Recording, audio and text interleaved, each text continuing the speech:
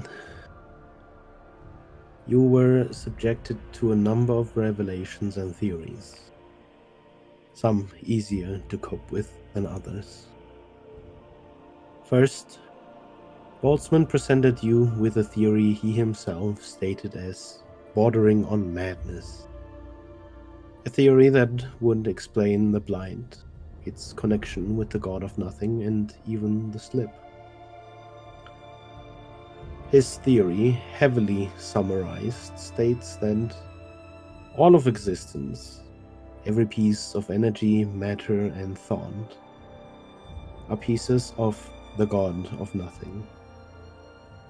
And that, by awakening, the blind consumes everything, or vice versa.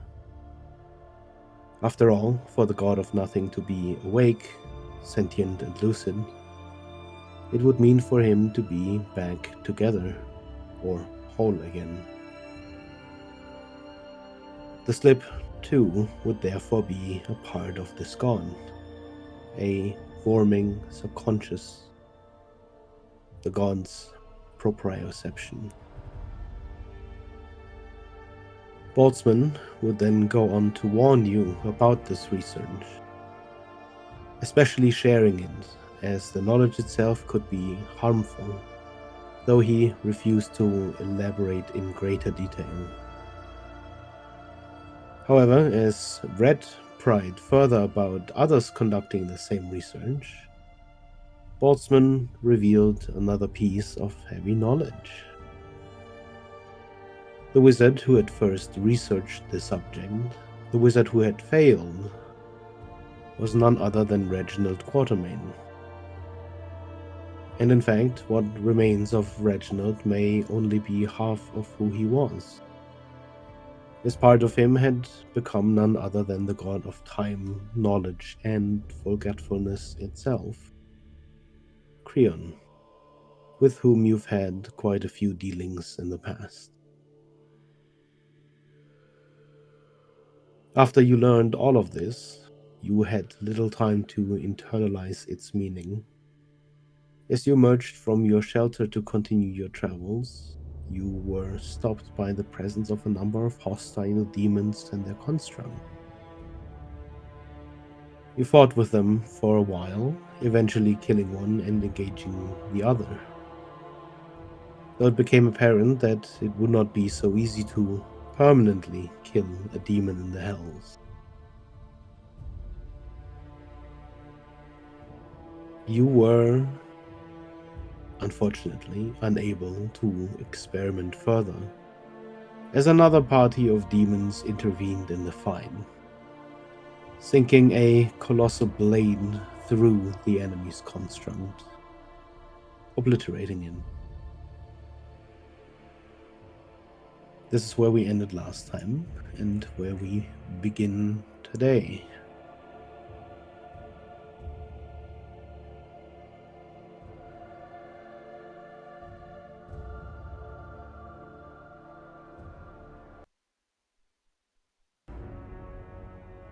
Before you, a number of hellish warriors silently observe the scene, including the towering monstrosity that had planted the obsidian blade in the ground. One of the demons had called this other party Hell Knights, a title that seems apt given their calm stature and armored forms.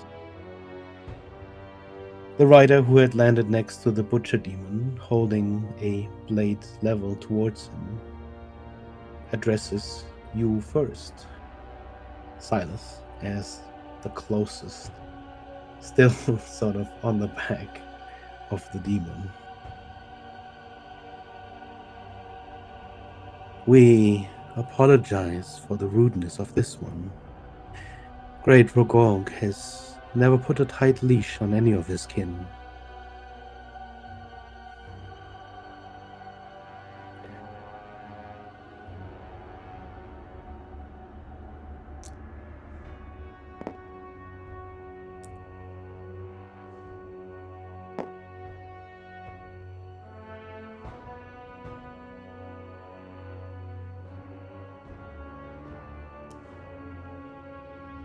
You climb off the back, and the demon, even as you sort of, float away, moving out of his reach, just sort of stands there still, himself seemingly unsure as to what to do next.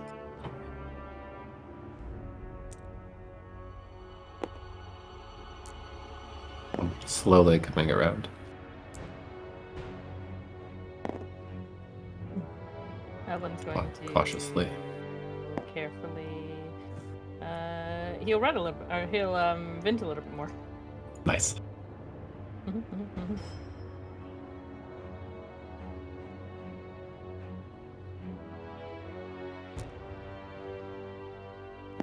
Greetings, Hell Knights. Welcome to the stronghold, or what's left of it.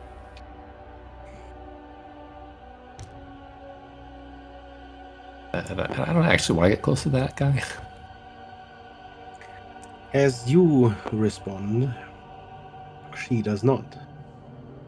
She places a finger to her mouth, almost as if to affect silence, looking slightly to her side and behind, as heavy footsteps follow a hulking form of armor. As another makes his way up the ramp. Why do they keep getting more chonky? The Lord of Black Hands. Our Lord Baphomet bids thee welcome. He knows who you are and what you bring.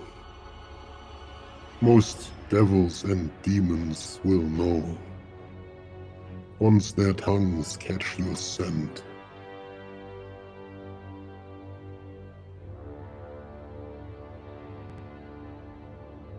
We are knights of the hells, contract bound by our lords. If you would follow, we were bade to guard you. Lord Baphomet seeks to grant you audience and an offer.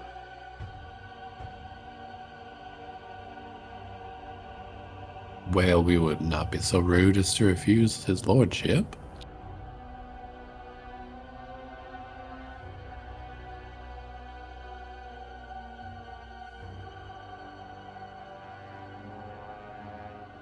I do not think that we have further business here at the moment, so if you wish to lead us, we will gather ourselves shortly. You receive a slight nod of the helmet, as already the armored figure turns around, walking a little ways back down the ramp, but stopping, as if waiting for something. The giant, on the other hand, you see shrink, eventually fading behind the wall and the cliff. The blade, however, remains.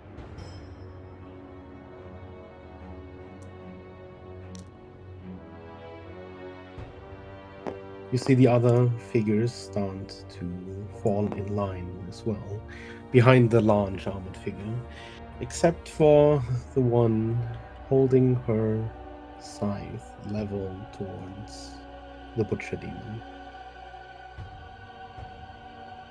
As it seems the fighting is ended, the smaller demons you see slowly, like a scared flock of birds, start to fly away and scatter.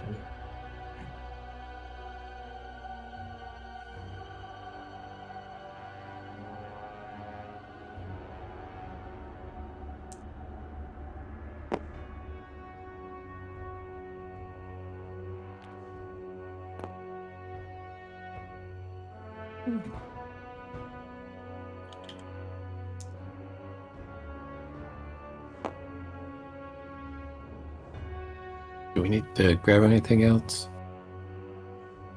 How is everyone feeling? As I Yeah. went past another quick pill test to heal Ventor.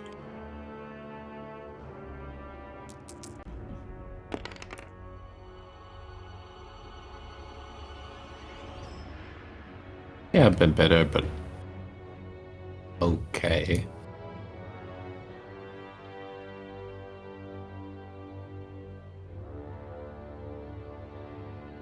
Does the healer have any more heals to heal?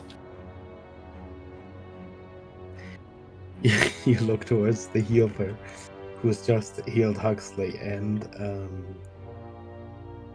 it stands sort of leaning forward with this comical expression of exhaustion on its face. I'm gonna take that as a no.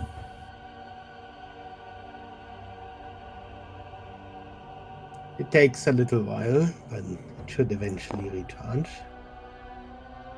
All right.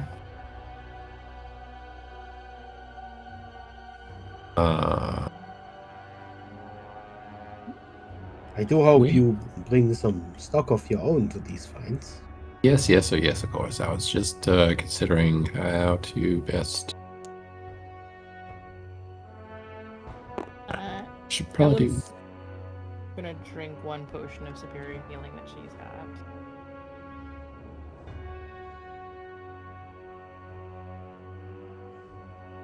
I will cast a 5th level aid, which will heal and increase everyone's hit points 20.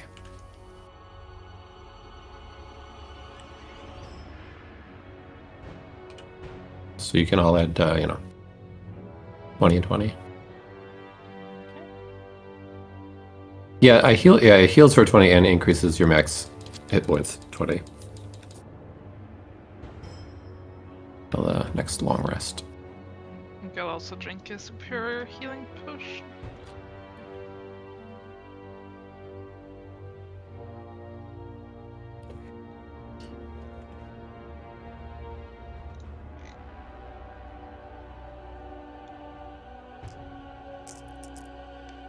Sorry, you said that was how much for aid?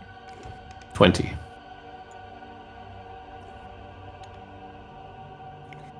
Yeah, I'm over 100. Yay.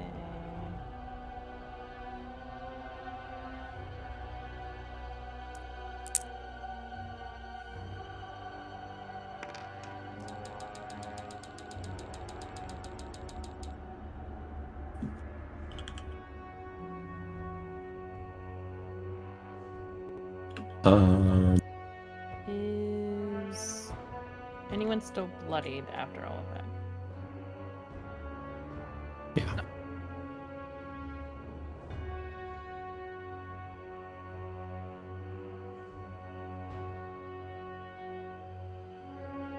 Are you still semi-hurt though? Probably.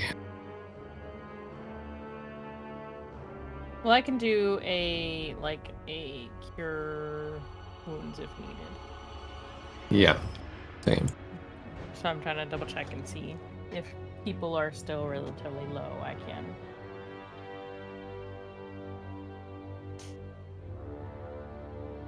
I can just do a cure wounds on you real quick. Evelyn will go ahead and do a cure wounds on herself as well.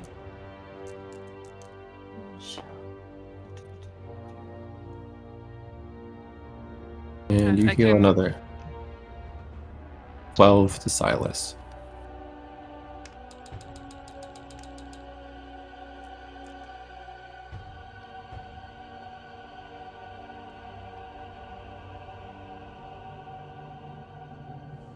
I can give someone back a spell slot of level, like a D3 times 2 level. Oh. Or, I mean, I can do that to, I guess, both casters. I mean, And I'm not gonna. I don't know say how that no works. To that, but are because you that giving sounds- back some of the magic you stole from me? Oh, good question, but I have I ability absolutely to love that. bolster magic. It's like the wild magic around me. Hmm. Yeah, gives back a spell, maybe.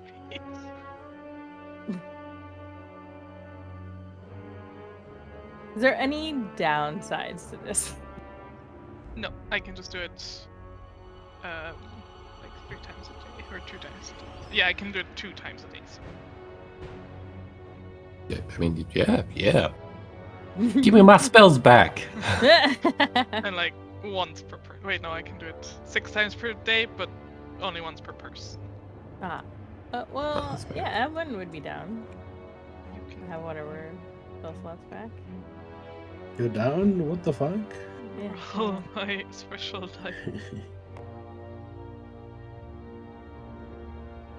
And I guess double. I think. Or wait, how do we say it works?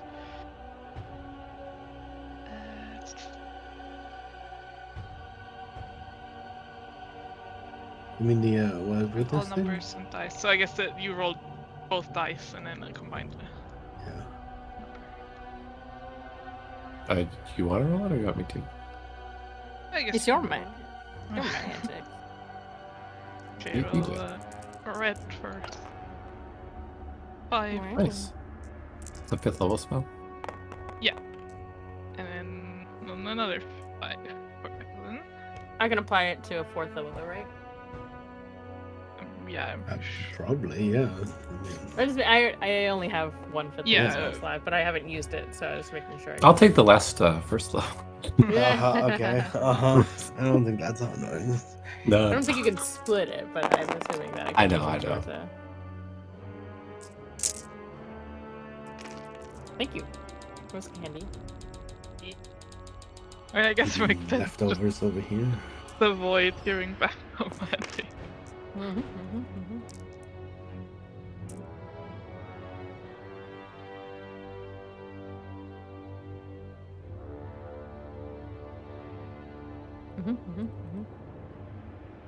Yeah, I probably should do that too. Okay.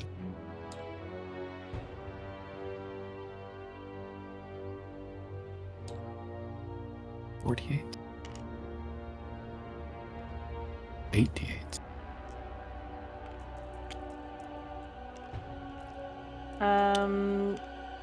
Evelyn will stay on Vint as they eventually move. But Becker, realistically, how many times could she cast as they start moving? I guess my question would be like, she's gonna try and keep casting Chill Touch to heal Vint. But I'm trying to make sure I'm not healing more than could happen. So I'm gonna eventually try and keep track of rounds as we move.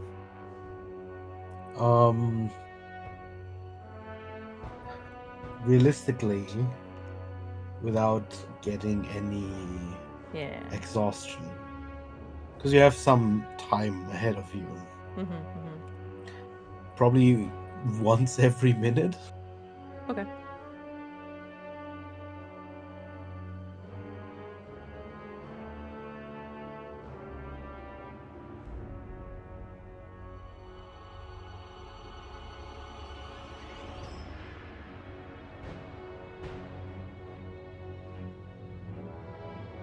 All right, I think we're ready then. Right. Might as well. It's gonna take a wide arc around this dude.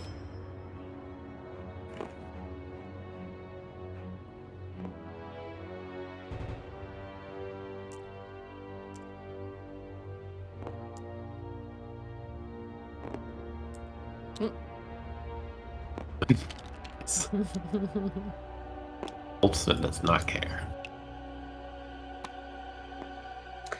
Although you see the butcher demon's eyes sort of following you as you move past, there is no boast, no snide remark, only this silent gnashing of teeth from both mouths.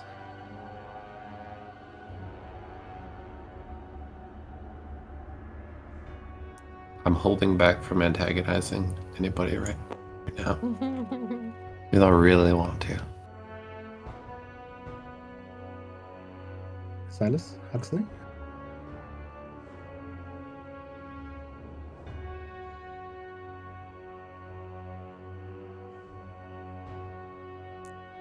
I'm Hugs is assuming like, you are following along.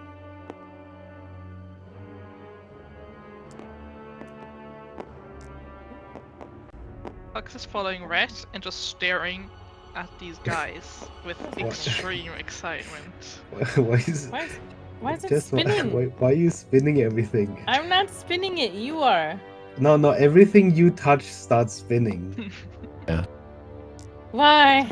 I don't know. Maybe like tab out, click something, tab back in. Is your scroll wheel broken by some? No, Why, no, it stop. works. It's just, That I was was so weird. confused why like things. I was like, what's happening? I tried to pick a vent It's and like like everything went why flying is off. wind just spinning? What the hell? So Huxley's just like staring at these various all nights. Yeah. Like, Yeah. admiring I them. love their aesthetic. It's so hot, like literally. They're so big. As you pass What kind of by, dragon you think that is? you feel this sort of, push of air behind you as you, looking up, see the drake just swinging its wings, flying off in the little distance. Yeah, I mean Drake for sure. That's what I meant. That guy shrank.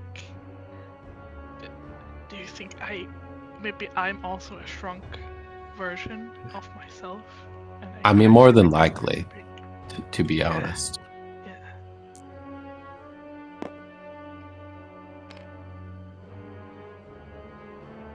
Yeah. True, yeah. I just Honestly, have to the only figure thing. out how to become big. Almost in unison, as you stand close by, the group of armored warriors starts to move.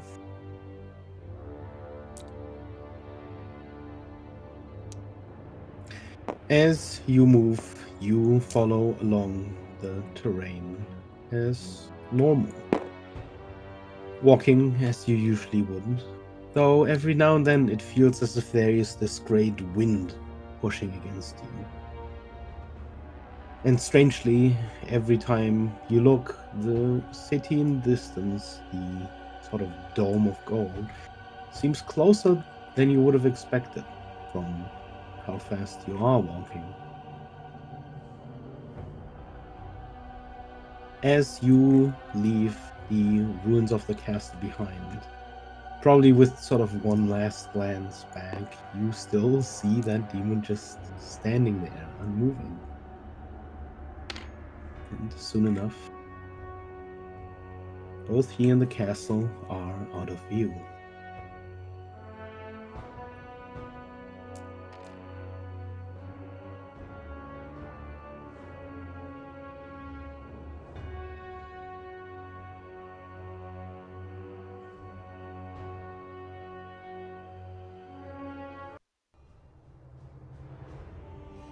You travel in town of these warriors for about an hour.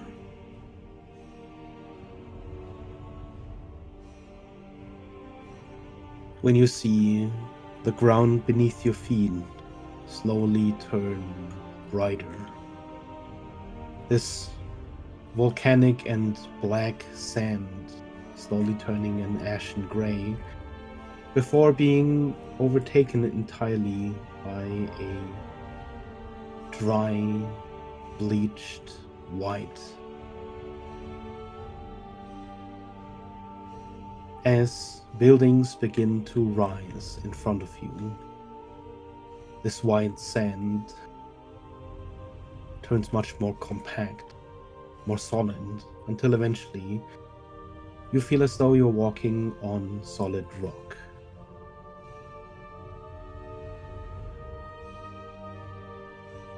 And you reach the edge of a great city.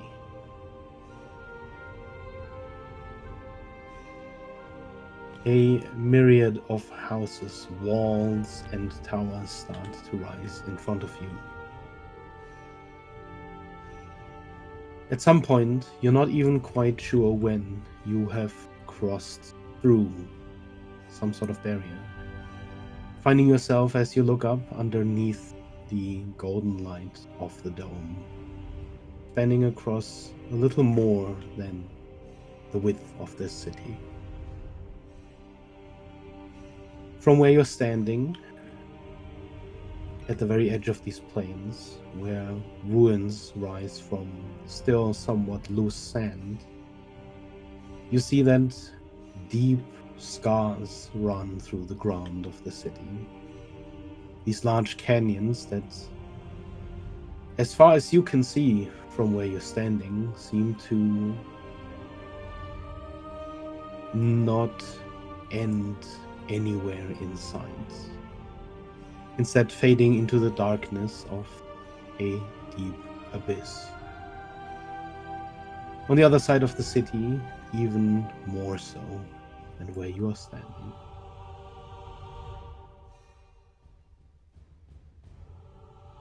As you arrive at the very edge of the first streets, your retinue stops for a moment.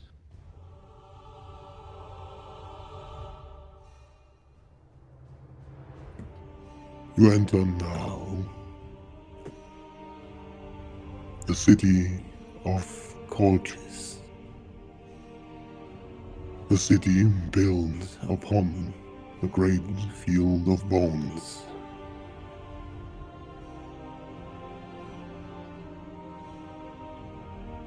Lord Baphomet has asked of us to present you to the kings of hell.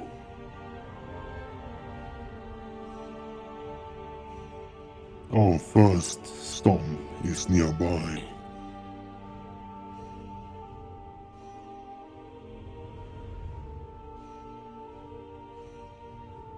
How many kings are there? But should I already know that? Might already know that.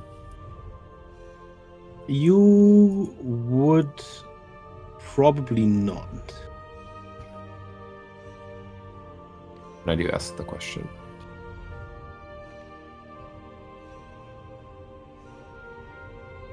There are 6. Azul, Baphomet, Mammon, Mesut and Yaldagoth, and Rogog. They are the last of the great bloodlines,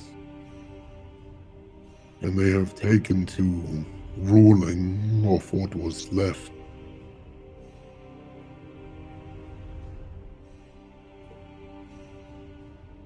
Let's see.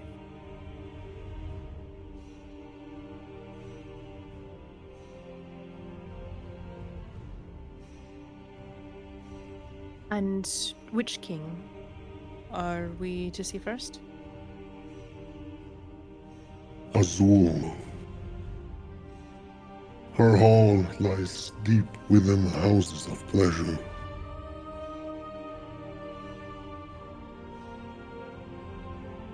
Ah, A fine welcome, perhaps. we will see.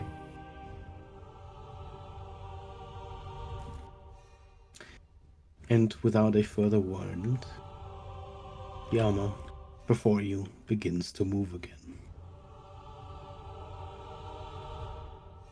leading you through the winding streets until you reach a large circular building at the center of a plaza.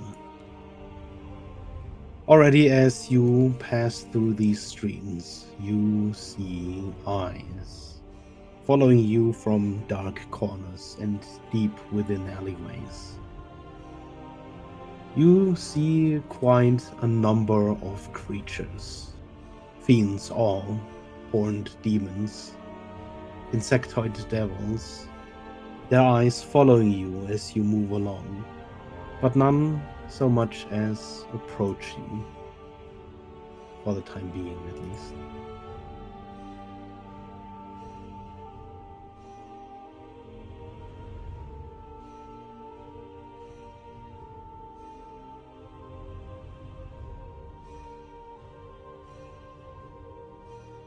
As the knights leading you approach this circular hall before them, they do not so much as stop and simply walk in through the doors, throwing them open with quite a bit of thunder. And as they enter, your presence is announced.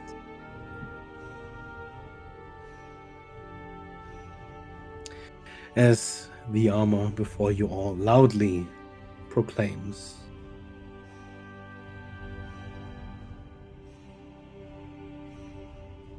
We offer the presence of the decider of many of your fates, and we seek Azul, head of her bloodline.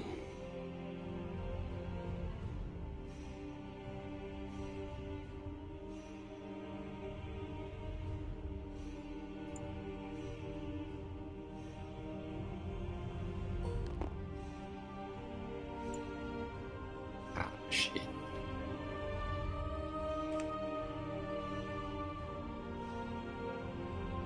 as you enter, music and the smell of sulfur and alcohol wafts around you. Though, given the establishment you enter, you get this strange sense of deep longing. Can everyone who enters please go ahead and roll me a wisdom saving throw? Blech. No.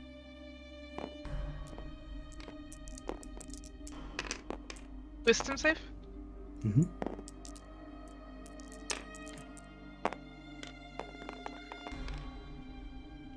Oof. What's the This is DC? solid.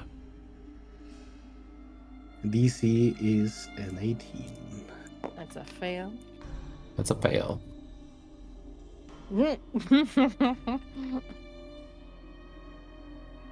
I don't think that's how that works. So we all failed. Okay. Yep.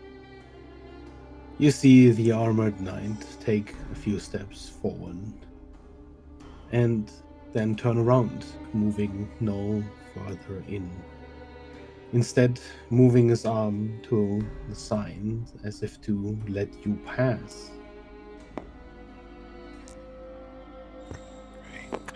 Sorry, if it's save against being charmed or frightened, we should all have advantage. No. Alright, everybody reroll. I have to check if it See was if just you make me a save or- after all. Ah, that's a 3. Nice. Okay. Oh, This oh, sudden upset has cost me another luck. and Oh. 20. Save. Ooh, I one of saved. us saves. Woo! Okay. Mint barely fits in through the doors, or having to crouch a little to duck in. And you stand almost awkwardly in front of everyone. Your presence announced. Pretty much every fiend in the vicinity staring at you as Ah. a probably lively atmosphere has been cut into dead silence. Just for purposes of knowing what I'm saying, does this charm effect have any immediate Nope. influences? Okay. Excuse me, decider of the fates coming through. Here, We'll bring you to a special place as a guest of honor. Wherever Azul is would be fine. Is that where Azul is? She will be. Evelyn will leave Vint by the door and move to follow Rhett. Yeah, I'm not going so fast as to leave everyone behind. But is Azul truly what your heart desires? Perhaps you've come here no. for something that you've been missing. Perhaps all your life.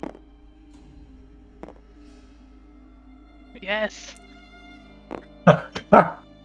Perhaps you seek a mistress not so abusing of your talents. What? No. No. Looks at Evelyn. Or perhaps, and as her voice changes, so does her body. Perhaps a master to take control.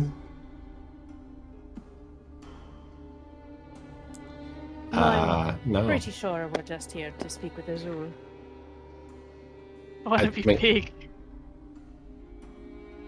He leans sort of back as if to let you pass as he gestures towards one of the tables closest to the center.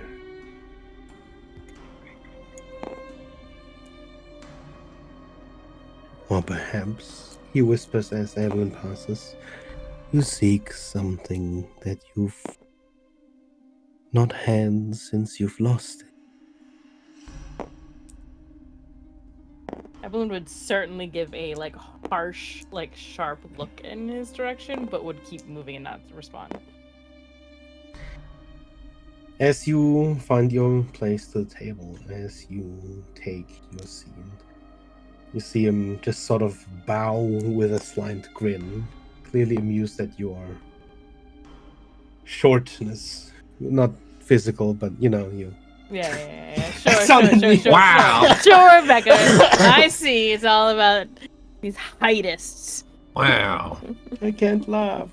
Dirts. Gotta get in your short jokes. Man, after I said it, I was like, whoa, hold on a second. Oops. That was so not targeted. I am so sorry. You see him sort of bow away, clearly sort of backing off, and with a twirl as he clearly changes forms again, sort of move away. It takes a moment after you've sat down that some of the liveliness of the area returns. Some of the demons, some of the devils start to take their drinks again, start talking again. You hear this murmuring though, and there are constant glances to your table. Is that a menu?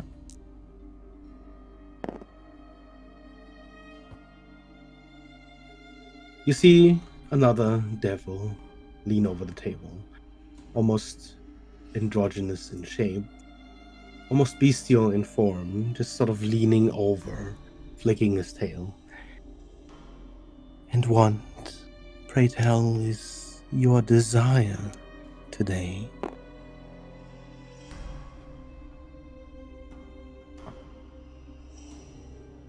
Well, we were. Yes, well. We're just here for a mating, to be honest. How boring. Yeah, a little bit. This one wants to be big. And with a little bit of a flare, he turns around. As he walks away, you just hear, there are ways to grow. When you say it like Wow. that, I love it when you say it like that, but You see him with this almost skip step, hop up on this slightly raised ring around where You only see this waterfall of lava slowly flowing by. Even though it's so close and you see the heat distortion, you see these sparks flying through the air, there is no heat that pushes against you.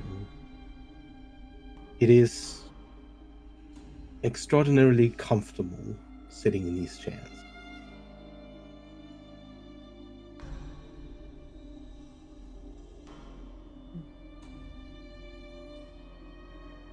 Is there music going on?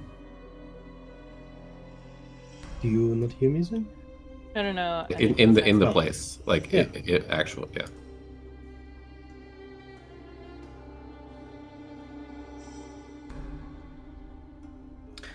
As a Do I see bard anyone? I'm sorry. specifically, you would likely take note that it sounds vaguely sad, which is probably odd for the general vibe of the rest of this bar. The one playing would be here in the corner. You see them holding this large and heavy crossbow, but seemingly instead of one heavy string meant to fire a bolt, you see a number of them strewn across the entire, so stretched across the entire length of it, on which he plays like a violin with a bow.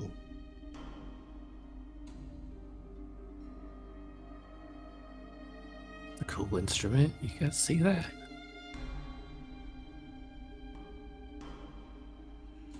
Seems efficient. You look for a certainly. while, and for a moment, your gaze meets his, and he gives you this wink. I gotta roll something. Yeah, I wink back out of reflex, and then I catch myself. I'm like, I shouldn't have done that. Just as his slight grin turns into a wider and toothier smile, you see this fall of lava start to part as another fiend steps out.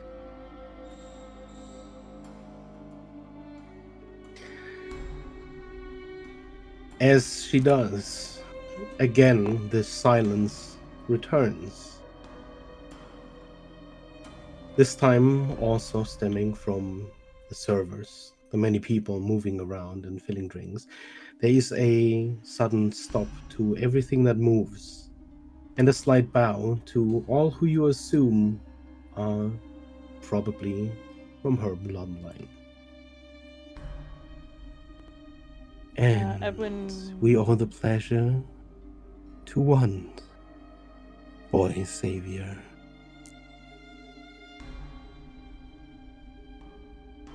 Evan would have like stood at least Mm-hmm. when she approached, kind of thing. She walks over to your table, sorry. Slowly and gracefully, but almost painfully deliberately. Each step seems specifically planted on the ground.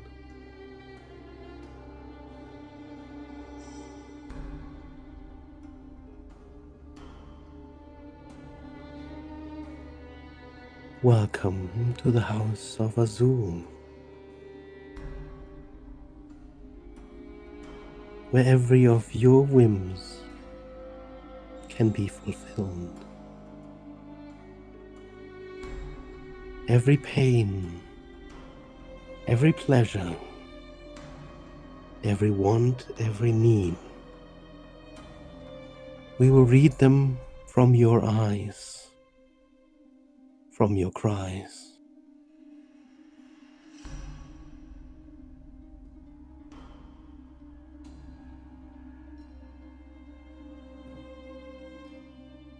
Your welcome is quite generous.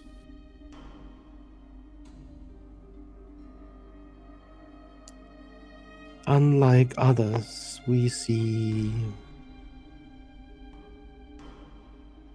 that pain, especially one seated in the soul, carried for a long time, grants insights into pleasure extraordinaire. Of such pain you have plenty.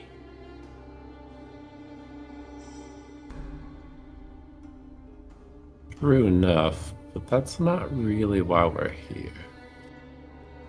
Oh, I know. You already know how special you are. And I'm sure you're looking to see who is worth your attention and who isn't.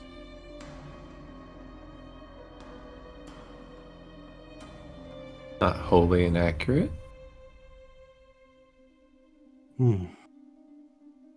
Are we to discuss things here, or? I doubt there is much to discuss. With only a few steps into this establishment, you've pinned us an image. You know exactly who and what we are. You know exactly what and how we are. And perhaps you've long judged whether we are worthy of your attention.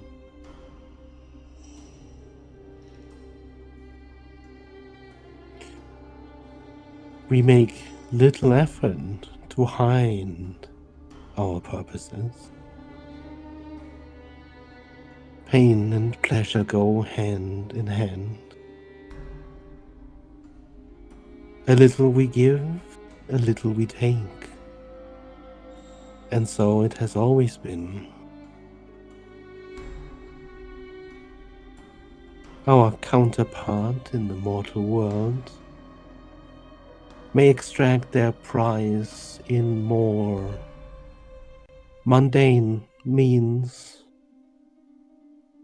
but in the end, we are all the same. Even the Grand Lord Baphomet, with his contracts and deals, even Mammon and his lust for worth. We are all the same, give and take. True enough, I suppose.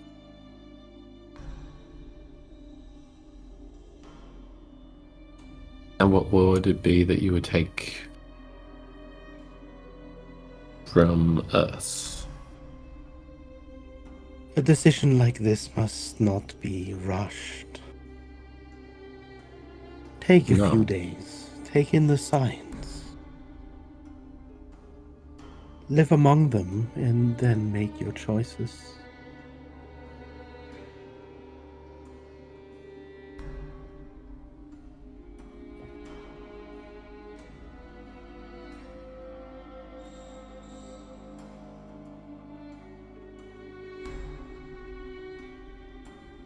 We can certainly do that.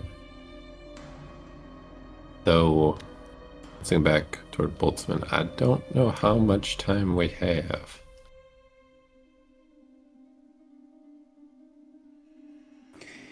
Well, it's the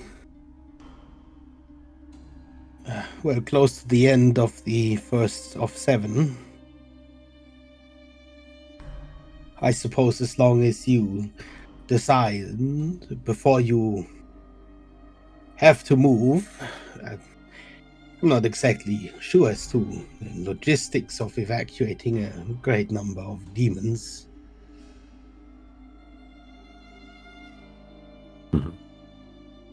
I certainly have my own preparations to make for the eventual collapse of the plane. I could give you a timeline on those, but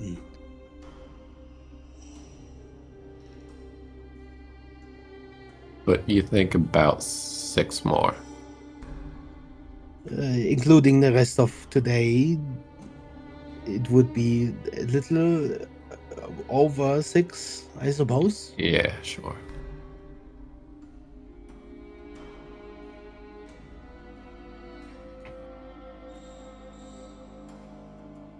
I turning back to Azul, I'm not sure that we don't have that much to discuss. There are some practicalities, but Pray tell. well, there is the, I think, general matter of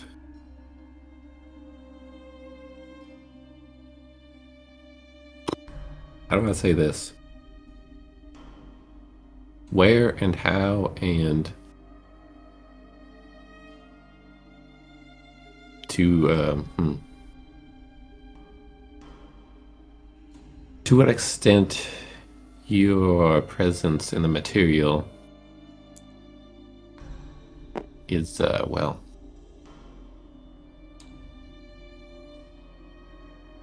you are right that I may be quick to judge, but I recognize that you It also differs. abide some rules.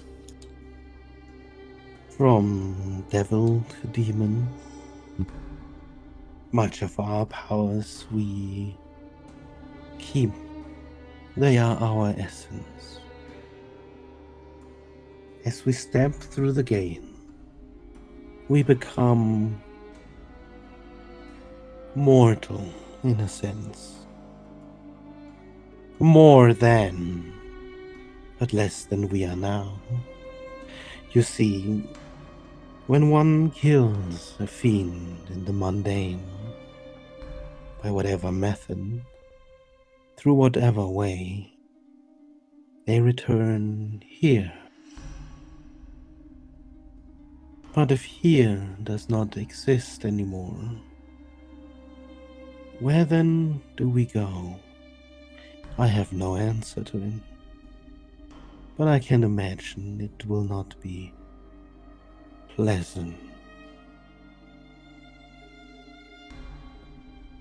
Certainly very worth avoiding death, as tends to That feed. is the choice you are here for, you know? Yes, it tends to Savior feed. and condemner. The one at the helm, deciding each of our lives.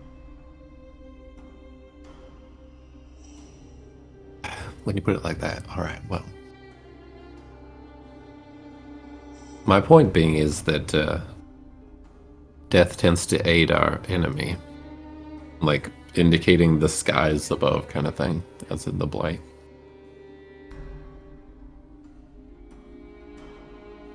And I am somewhat curious as to if you have made attempts to fight this and have thoughts on the matter. That would be what I'm most desiring at the moment. If it is fighting and violence and knowledge of war that you seek, Or maybe fighting's then not the right perhaps word. the House of Pleasure is not the right place to look for it. Maybe I should say resisting its influence.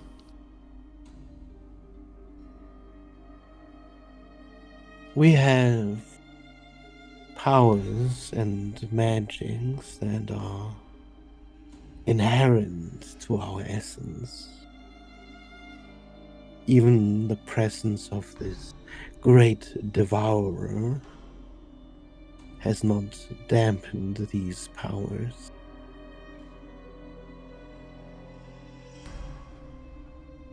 And if we intend to resist it in the future, are these things that you could extend to us or others? It is impressive that you have You resisted see thus a far. smile forming on her lips. Isn't someone you seek to grant you these powers? Not particularly, but also it is to both of our benefits to resist the devourer. Anything we can grant comes at a give and take. It is not a matter of want or need. It is the way that these things work.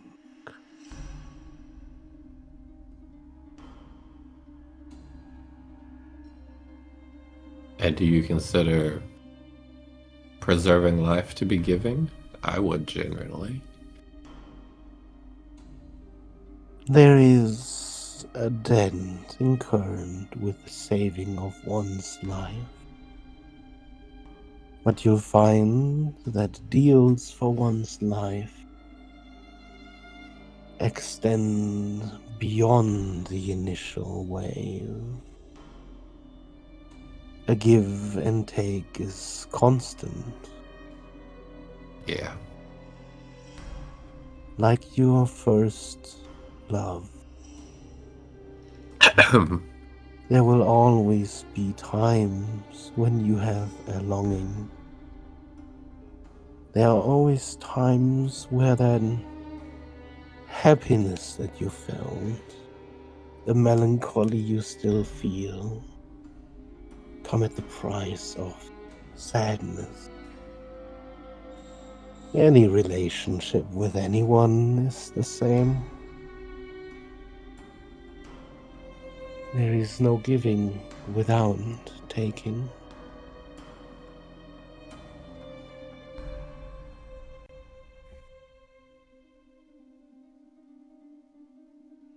All you have to wonder is, what'll I take after I give?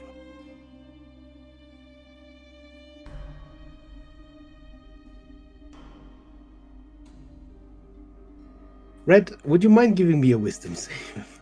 Yeah. At disadvantage. Yep. I can already tell you it's going to be like a fail. 2 9s. Yep. So 9. You feel warm, almost feverish, just sitting here. As if you were drunk. And you feel strangely uncomfortable.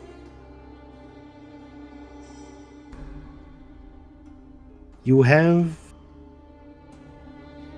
enough of yourself left that you feel like you should probably get some fresh air and perhaps come back later. Or things might turn out worse than you anticipate. Ooh, you're speaking in riddles now. I mean, not really, but kind of. Nonetheless, I think you have answered my questions. In that, about the debt. And,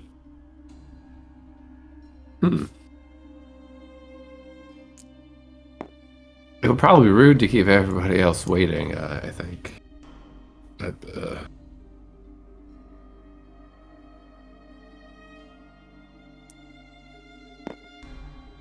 Brett. yeah. Do you need to leave now? Should we step out? Sorry, yeah, I'm just getting a little bit... Maybe it's the lava. I don't know. Evelyn will stand and begin to. I do understand. But do come back.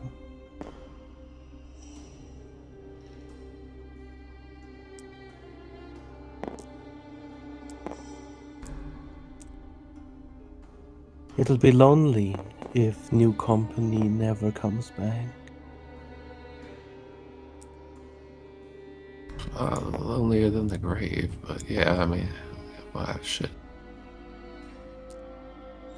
Huxley, I don't think she's gonna make you big right now. Oh, it can't make me big. I need to find out how to become big myself.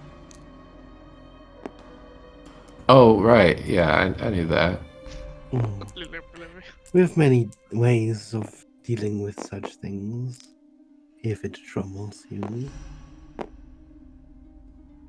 Looks back longingly, but knows he's not allowed to wander off by himself. Silas, there is something that makes you slightly uncomfortable too, as you are on your way out. The big woman, sort of eating the grapes every now and then, dealing cards with her other hands. For a moment, as you walk by, there's this movement of the hand, this wash of hair sort of flowing past, and for just a moment, you could have sworn she wears the face of Lorana.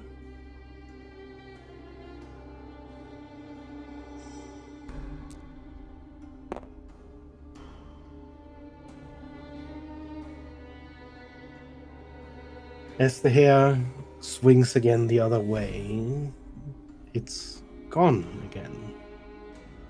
But she gives you this devilish smirk.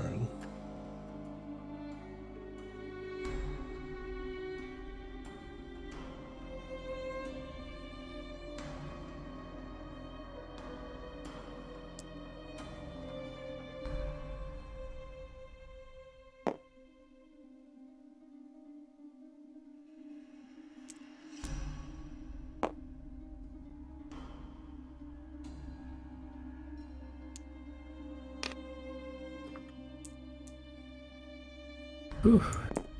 There's this moment when you step back towards the entrance and the armored figures form back into this almost sort of circle around you for stepping out with you, that you feel strangely safe with this wall of armor between you and this bar.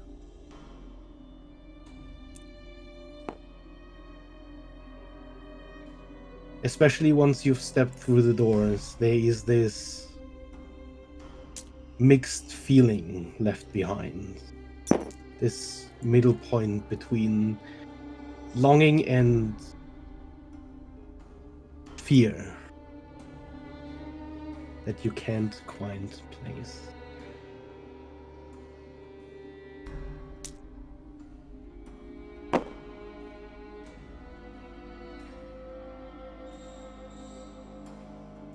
That was not quite my favorite. But also,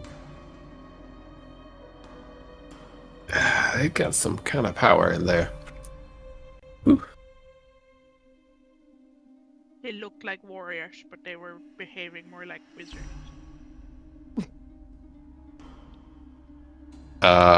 No. No, those were bards.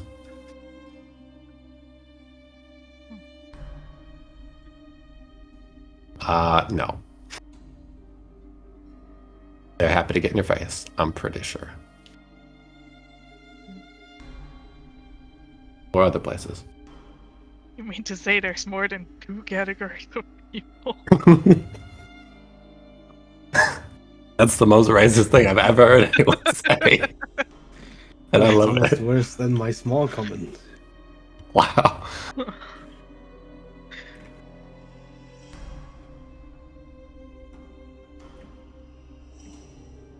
No.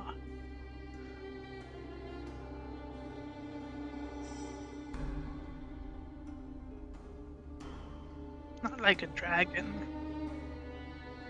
Hmm.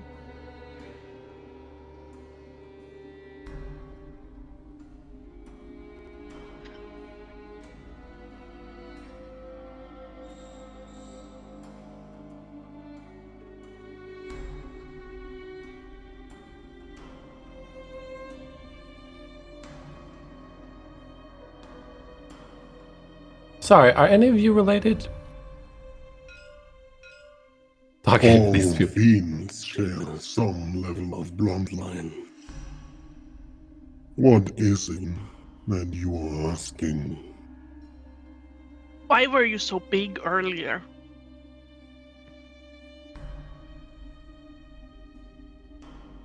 here in the hells, power flows through every rock and bone.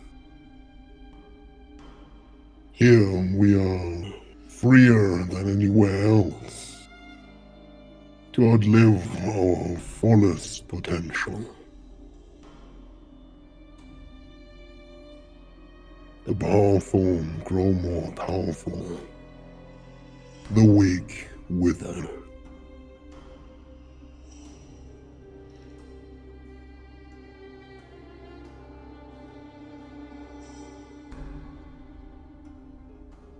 You let power flow through you to grow. Some of us can choose our guise, our faces.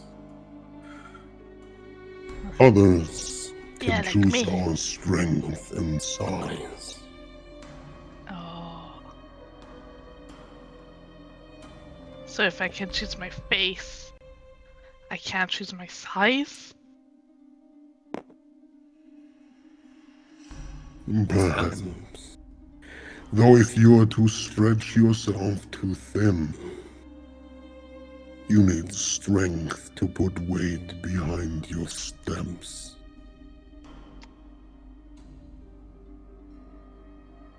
Maybe.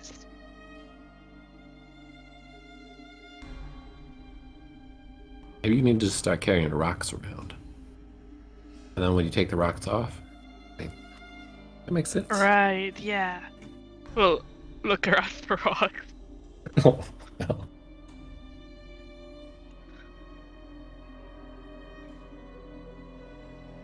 The beast quarters await you. Oh, that House of sounds... Hoof and Insect and Chitin. Lord Mesut and Lady Yaldagoth. I'll lay down then. And once again, he starts stomping down the street. There's this point where you follow along, where you cross above these great clefts and canyons running through the city. As you cross this almost translucent, almost invisible bridge, you almost feel like you see lights flickering down there in the darkness.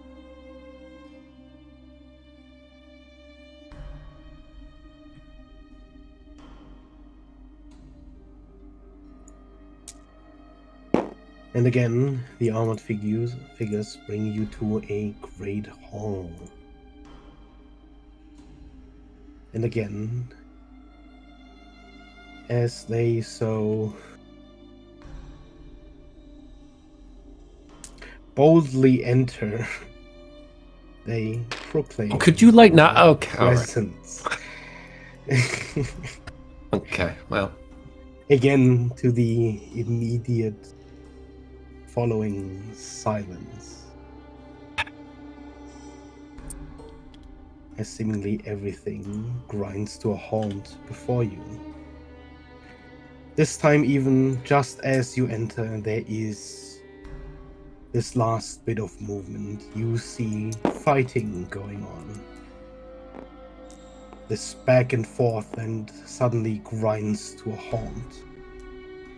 As you enter what almost feels like an arena or a zoo, a menagerie at the same time.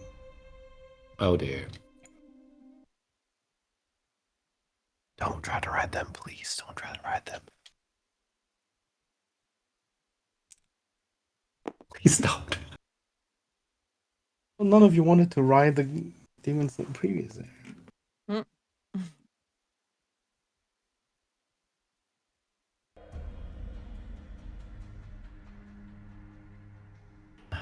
In fact, As you look down from this raised platform you end, these comfortable seats all around you, you see a somewhat familiar form. Yeah. You're not quite sure if they are the same. Perhaps you wouldn't presume to judge. But you see, at the very least, a lunar devil down in this pen. Both of the figures down there look wounded. And they retreat from each other as you enter. From the other side of the hall, there's this booming, growly voice. Enough for now. Punishment is deferred.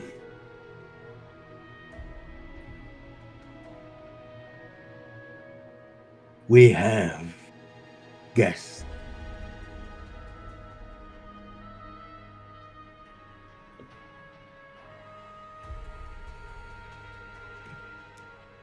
With this clatter of metal, you see the gates on either side of the pit raise. And both of the fiends immediately slink inside. There's this great lift, this conch that twists up and down as they each step on one of its sides. One of the platforms twists down and out of view. The other twists upward, releasing the fiend up into the open space.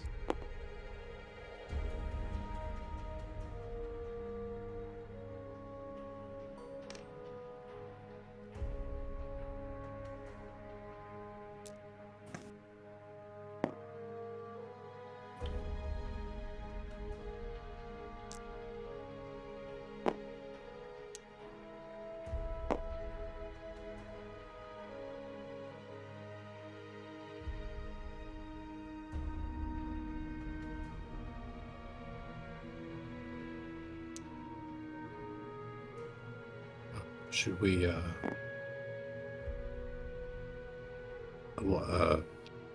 proceed over there, you think?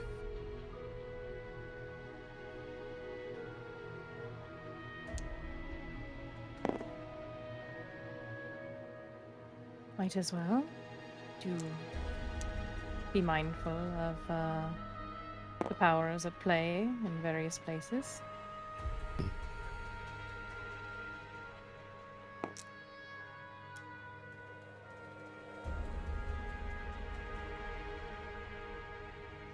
Is it easy enough to see that, like, we're supposed to walk through here? Mm-hmm. Especially from above, you have a full view of the area. So as you move through in between the cages, you're not Ugh. so sure if some of the fiends sort of behind the bars are quite as civil as the ones you've encountered in the bar. It would be In so general, cool. there is a lot of growling, a lot of snarling. So cool to look like that when I did my giant ape things.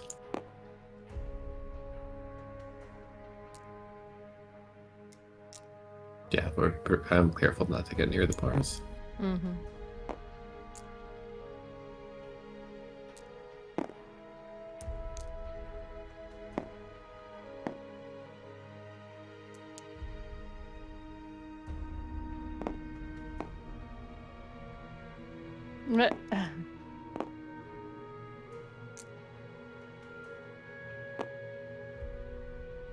As you make your way up the stairs, you take note that this demon,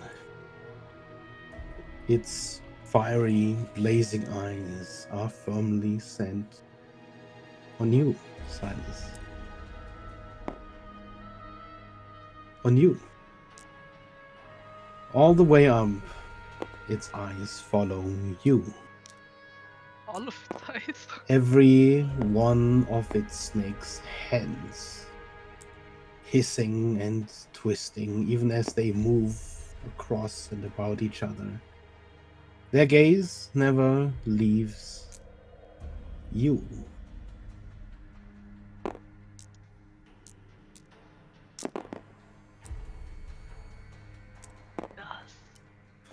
It's vaguely Perhaps familiar. it is not time to get too comfortable.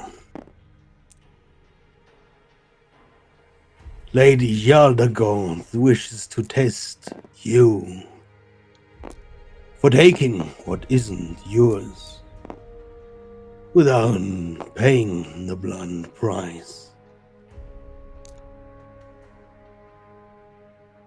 So what do we take? Not you. Him. He points at Silas.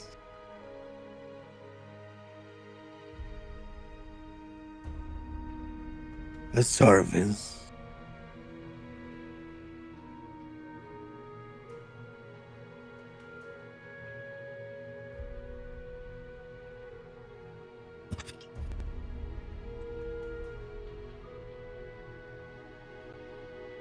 One of ours, bound by mortal magic. A revolting practice. Technically, it wouldn't have been Silas that took that. It would have been the wizard that bound it. Ah, but a service freely taken, freely used, but unbanned. Lady Aldagoth's principles are clear. She wishes to test you.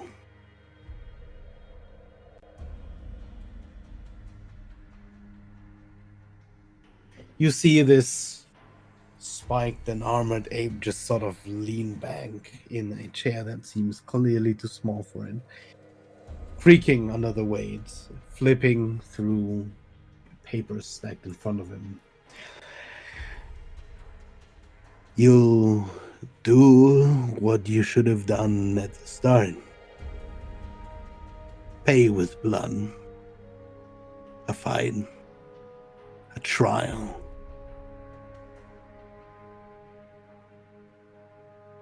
We take when bested, when defeated.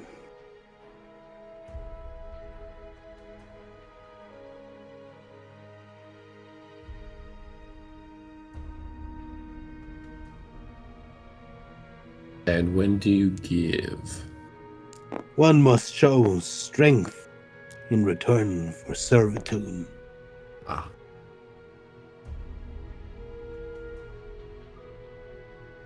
And that is kind of fair.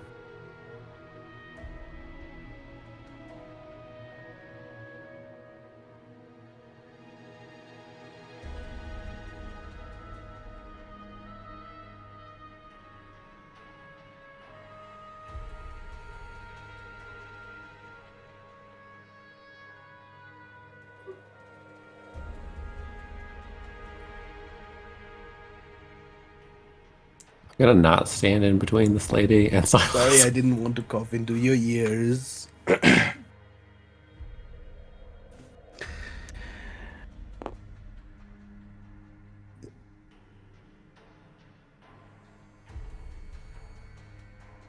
You have a way of making one of us answer in servitude,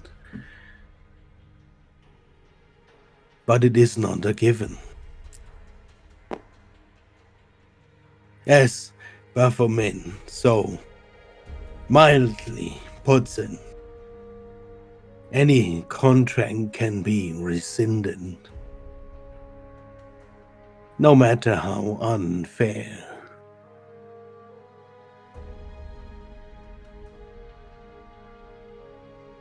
And so are you saying In front of the demon lord of all mounts, of all beasts, You have a chance to make things right.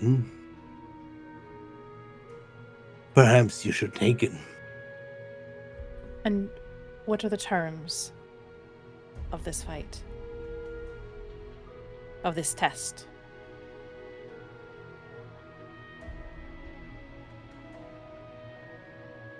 A find. Until a find can continue no more.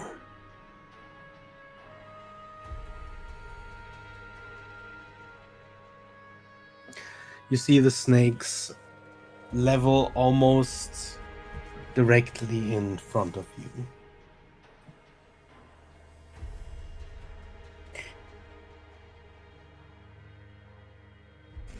Death here is not like death there. But if fear bests you, then perhaps you are already bested. No, it's just that we don't particularly need to if we've already. If some other wizard has already bested this creature, it's kind of like, you know, from our perspective, you gotta understand. It's kind of redundant.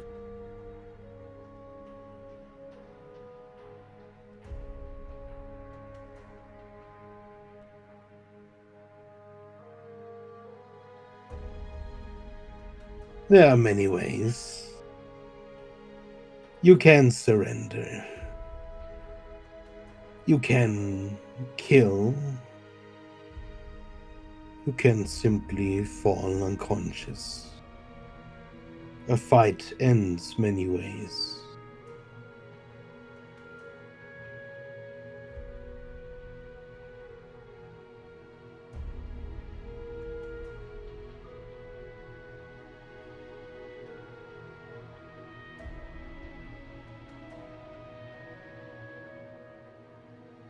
Yeah, that's what I'm confused on as well. Also, aren't we?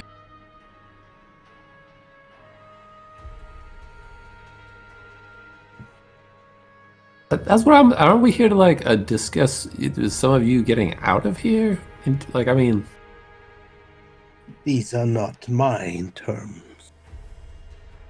right. So I think what we get out of this is she's willing to talk to us. Is that about right? Your kind has but one use for beast.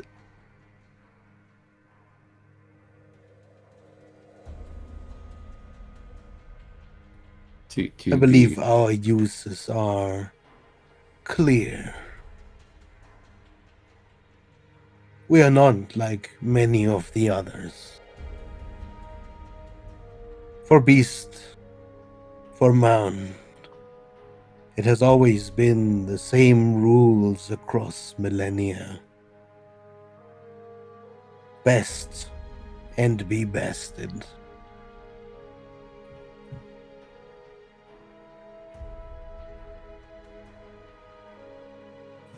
So if Silas was to show his strength, you may consider following us out on our terms. For then, you would have to best me. All right, But well, we one at a must time. not necessarily go that far. Our principles are the problem at hand. A creature has not been bested, and yet its subservience is given nonetheless. It is adverse to what we are. And Lady Yaldagorth will not stand for it.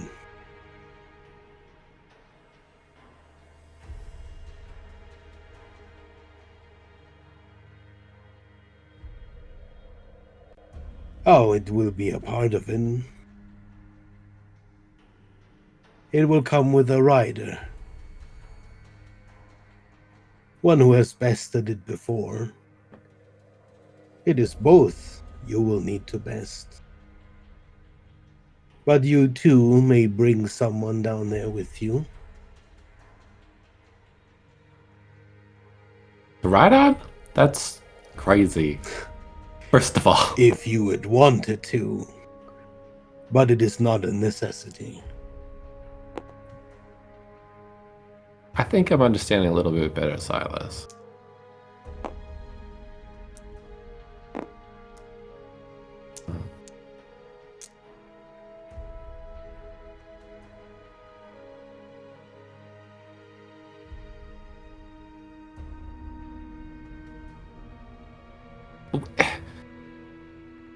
So yes, you're right, but also if we were to work on this, they might actually be more willing to listen and not just do crazy things.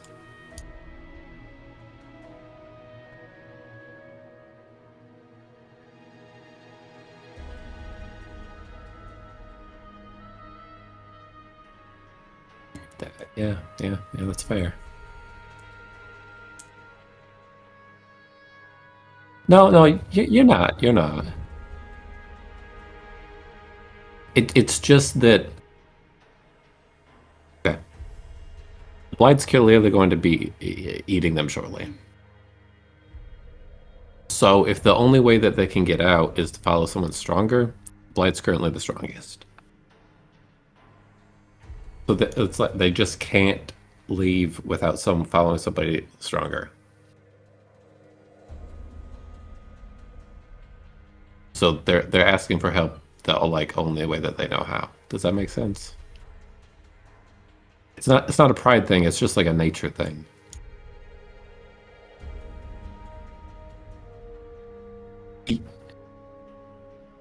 No, that would just be the first step. We'd have to be the big monkey too. To be fair.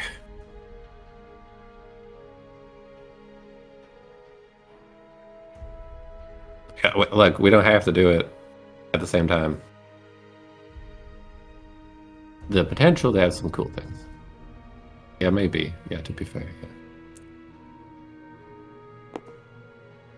Okay. Sorry, I know you can hear us, and we're just discussing this. You have to understand there's this cultural mindset going on, and it's not that we're trying to ignore you while you're standing here. It's just we're trying to figure this out and be useful to you, actually.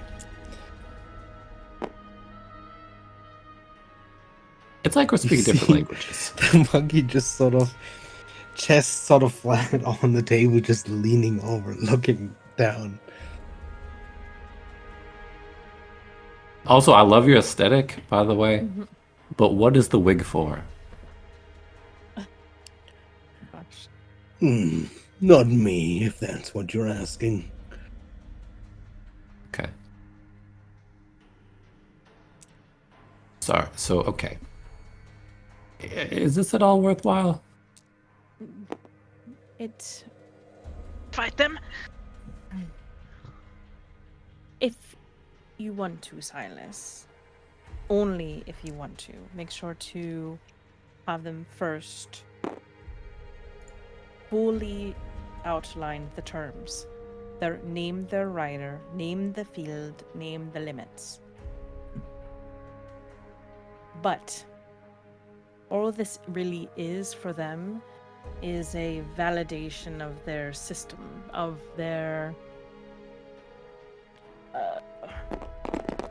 they're looking at a situation, they're looking for certainty. They want to know who is stronger. It has nothing to do with anything that we came here for. It's a matter of pure coincidence that they see that you have a nightmare that you call to aid you occasionally. The only benefit it seems like might come into play for this is if you want to summon the nightmare in the future after you've defeated it, then it won't be inclined to disobey you regardless of the circumstances. That's true. I suppose in a way you could leave all of them behind, but that depends on if that is what you want. I was under the impression you wanted to save as many as possible. Not that I care.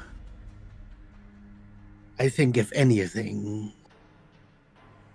especially the first ones, we are bringing quite a few to them, to very mortal people. That means to control them would be preferable, but I believe, at least, considering might be enough for now. We could always just leave. I think if they were to try and stop us, those guys at the front would probably help us out.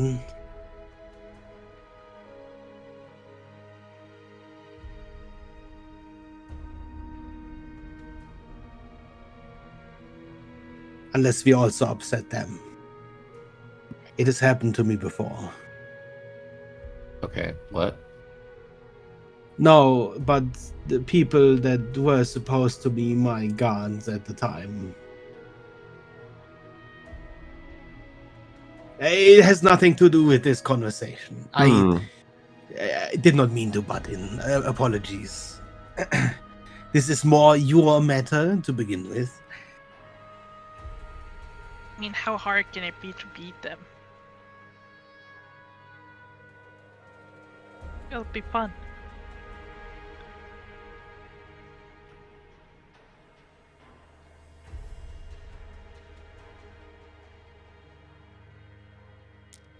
You'd think they'd get all tangled up with all of these things. Like a puppet. Are you One of my own. A lesser demon Lord of Apes. Mekoiti.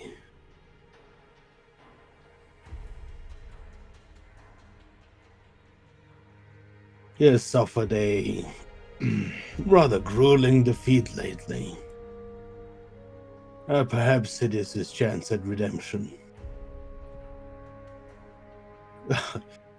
Not nearly. So hold on, do we get his loyalty as well if he gets beat?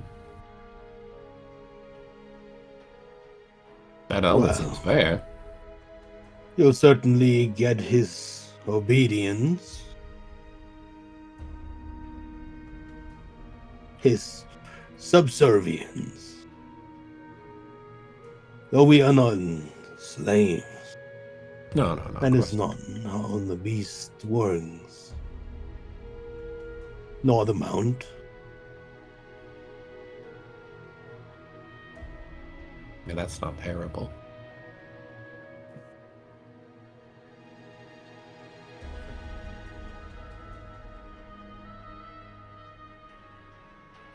Simple.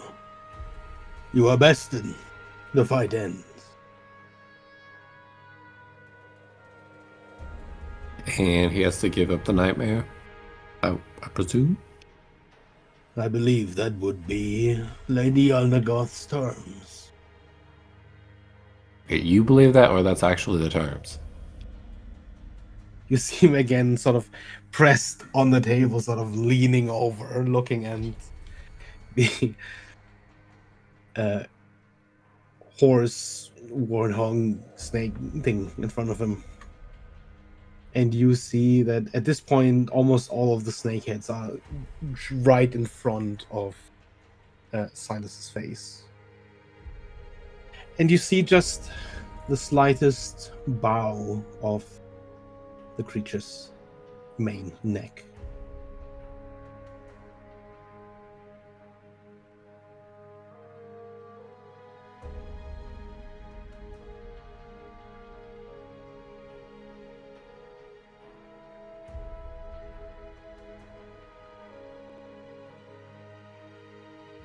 And the fight would occur where?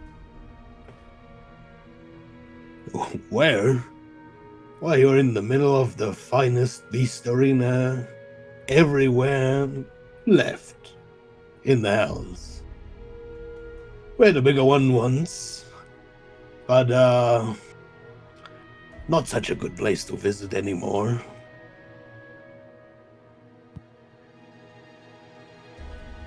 And at the end of the fight, will the participants be restored to health at their current? I State. suppose if you'd need to, That seems we pretty can important. add So it yes. to the terms.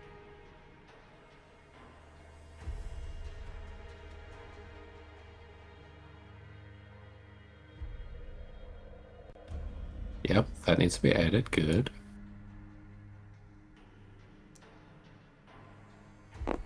Is there anything else?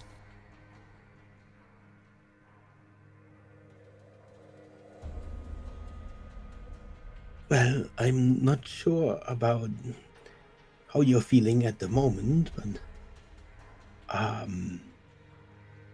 that last fight was a lot for me. Not sure where you stand, but I mean, you could always ask to do this another day. That's a good point, Silas. There's also the question of who would you be taking down there with you? Well, Huxley, obviously. I did not realize why did there you was ask? already some sort of understanding. Just hugs in the back, foaming at the mouth.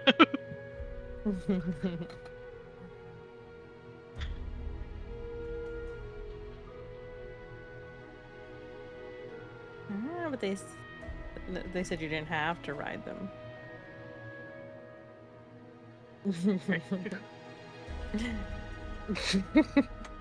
Yeah, Huxley's gonna start as a dragon, obviously. That sounded weird out of context, just saying. I don't think I can shapeshift on my own into a big creature anymore.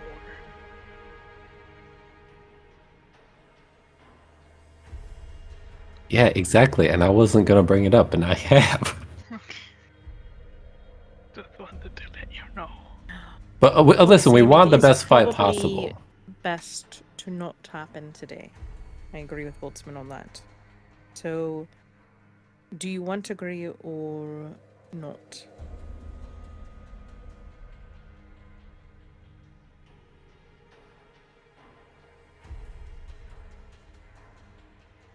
Then we'll agree, but not today. We'll come back. Tomorrow at the appropriate time.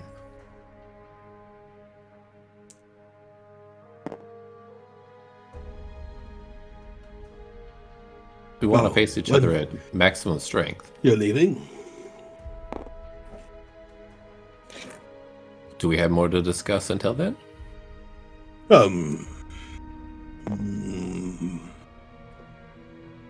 No, not quite.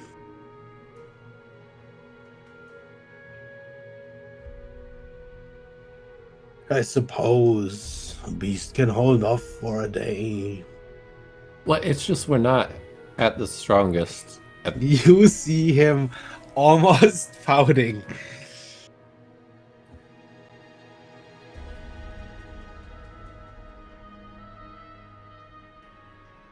I mean, unless you would like to weaken the other opponent a little first. Oh, but he's already so weak. Okay. Well, maybe he can feel better too.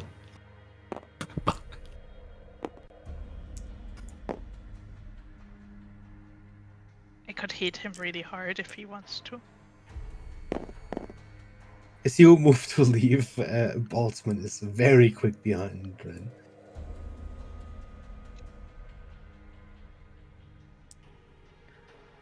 Not waiting yet.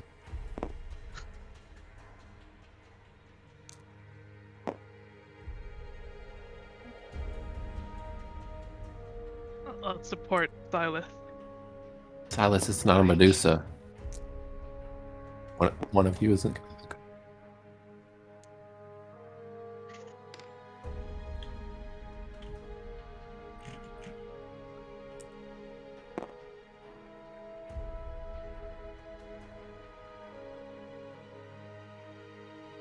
Oh,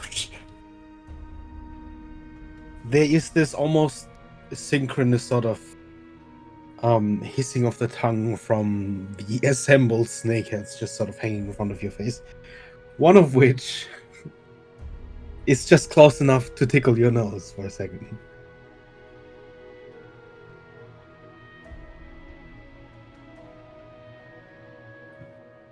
Sure.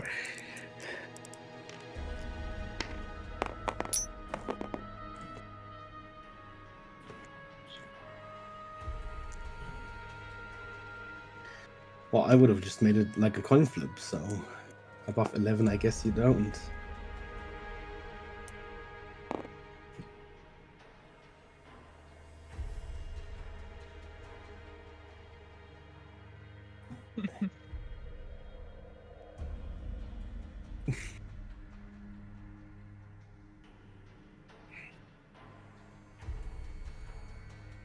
As you sort of start stepping away, they also sort of fan out again.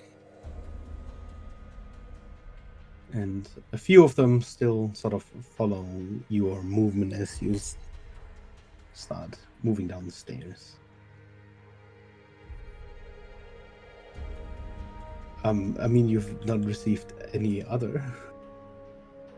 Unless you're asking the monkey and not in there.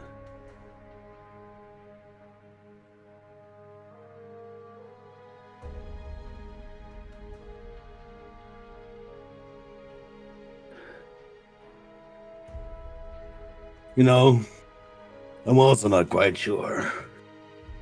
You see, Lady Yaldagon,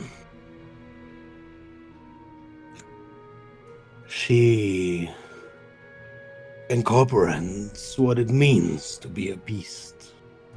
And for some beasts, that means not to be easily understood. I suppose we all have our types. I prefer the talking ones. You see him sort of lean back again, and you hear the creak of the chair.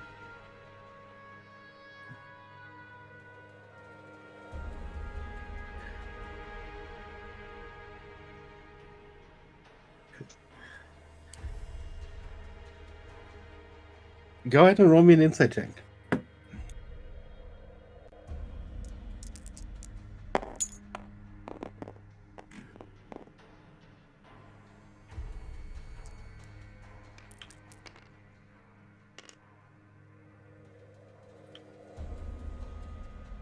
You're not entirely sure. He's still sort of pouting. You're not quite sure if he even paid attention, but you're also not quite sure how demons work, so you're kind of iffy on it. You're not quite sure if he's just not paying attention or lying.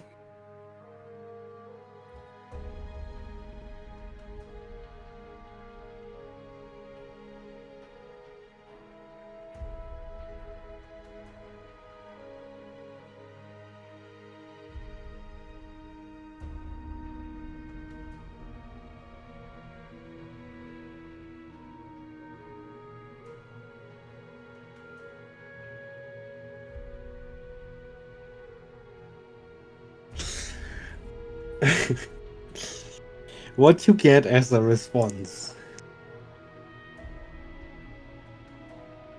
possibly could be a yes, as all of the snakeheads at the same time hiss once.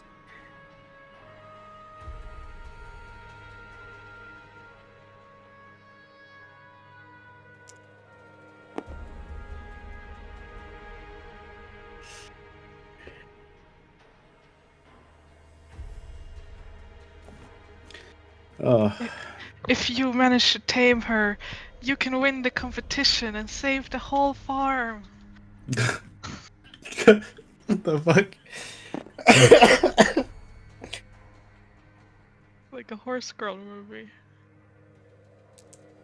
I said you can't make me laugh, guys.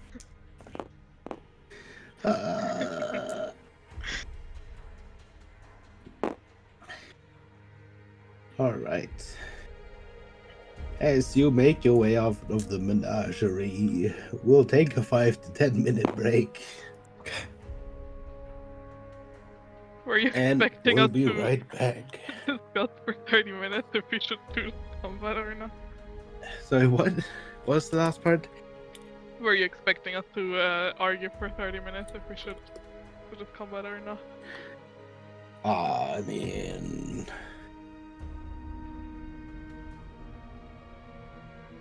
I was sort of expecting a choice either way. Fair. I hadn't really planned it out that far. I have a sickness-addled mind, you see. Fair.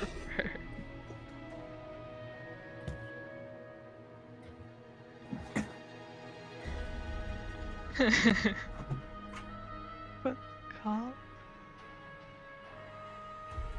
Who just wants to ride?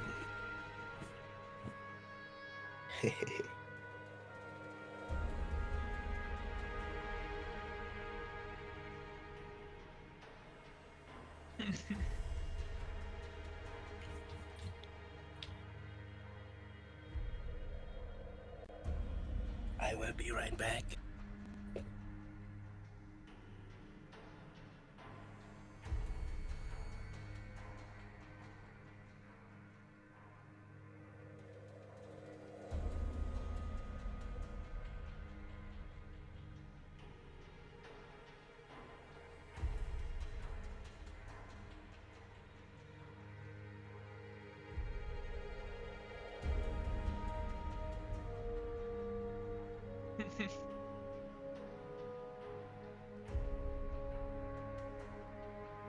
That's why you make a character that just wants to bonk stuff. I feel like it's just that we're not gonna get anywhere else unless we do this kind of thing. Because there isn't mutual respect. I don't know. Like, prove ourselves. Yeah.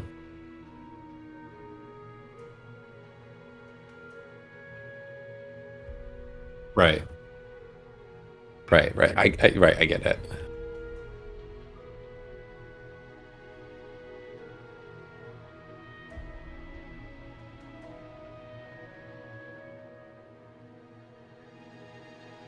Listen, we can do a fight every day, okay? But just come back here and keep collecting animals.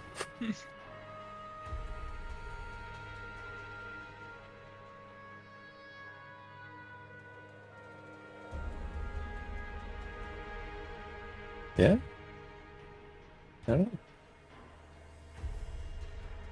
It seems like they have combat going on frequently. I don't know.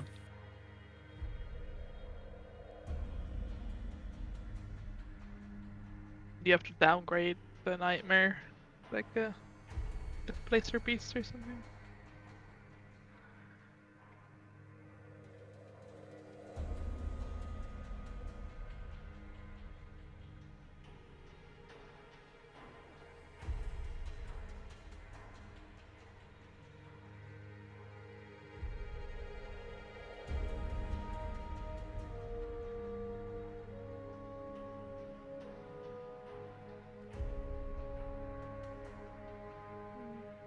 No.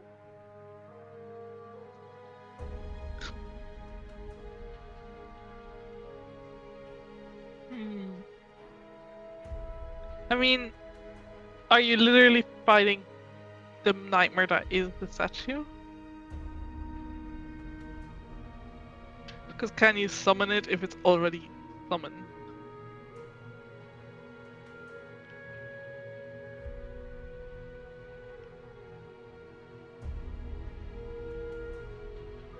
Yeah. Like a nightmare, like the nightmare we have is a normal nightmare, like it's like easy to beat.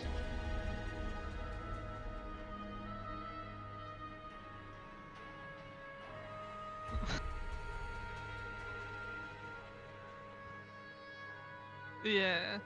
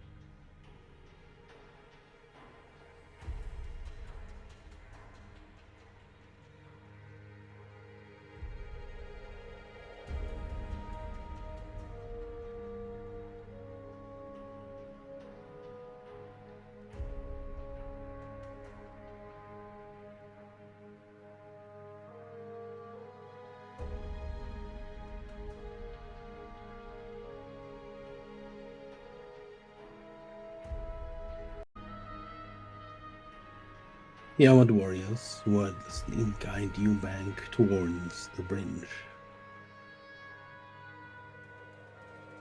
But halfway across the crossing, they stop, turning almost sort of towards the side, where an abyss opens up beneath you. As they step forward, they almost seem to step off of the bridge, but do not fall. Do you follow?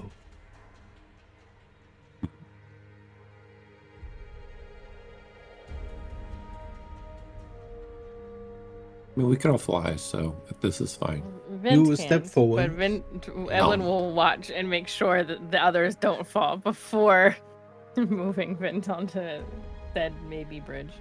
Almost as if stepping onto an extension of the bridge, you step onto what seems like solid air.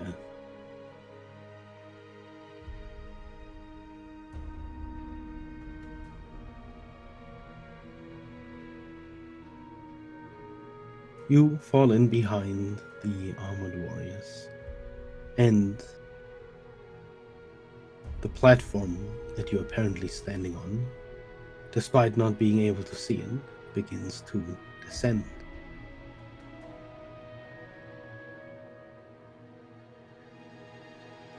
Mammon has declined a visit today. Business intervenes, apparently. Oh. Your last stop before your audience is Rogong in his pit.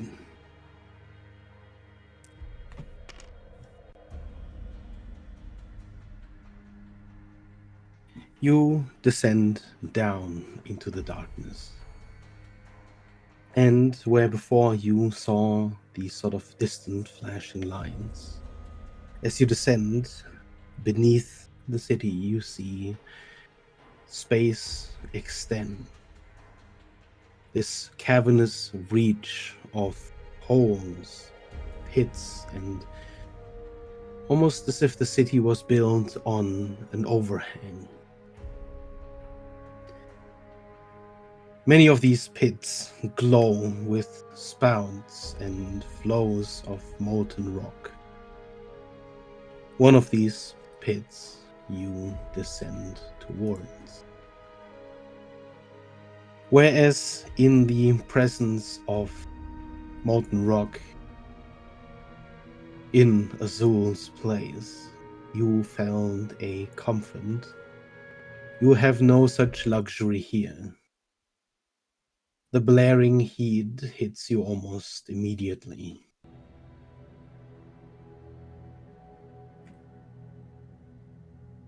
This heavy distortion of heated air. As you see shadows moving in the light of the lava. As you descend down through a veil of smoke towards a great pit where already there are many figures assembled.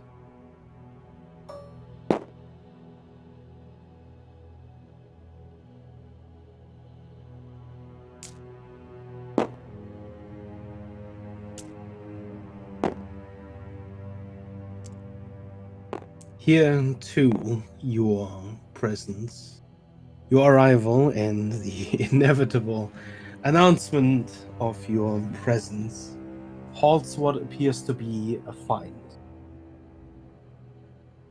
But only for a short moment, as the two fighters continue to throw attacks at each other, causing deep gashes,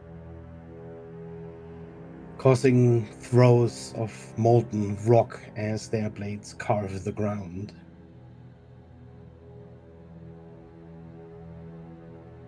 And from the other side of the pit, You hear a booming voice. I had wanted to see you. But now that I have seen you, I am not impressed.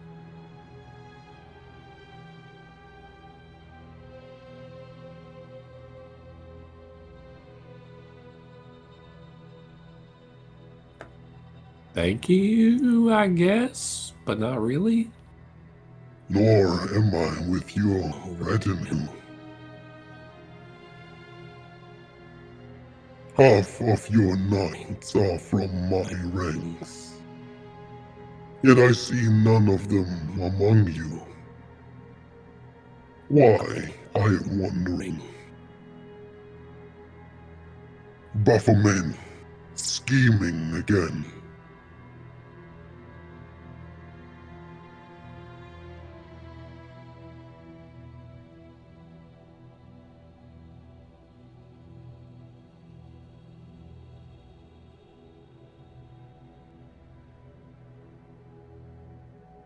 The comment was directed at our escort, right? Yes. Though he does not respond.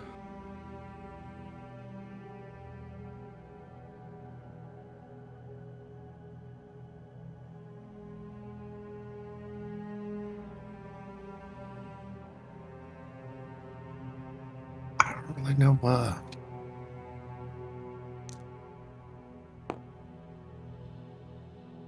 So you're not impressed with us or our escort? Is there anything we have to discuss? You may speak the words you've come here to speak. But I care little for the rest. You are in one of the principal seats of power of all of the heavens. What little of it is left.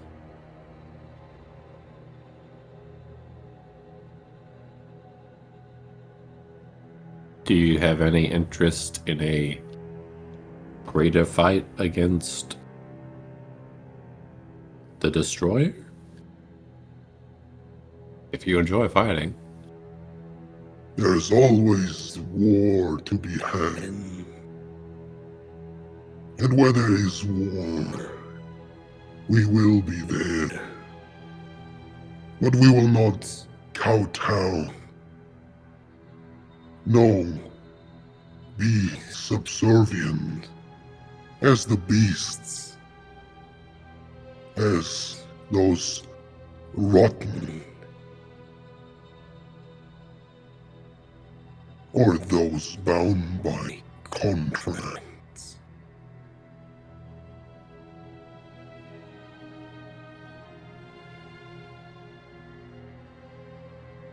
I see.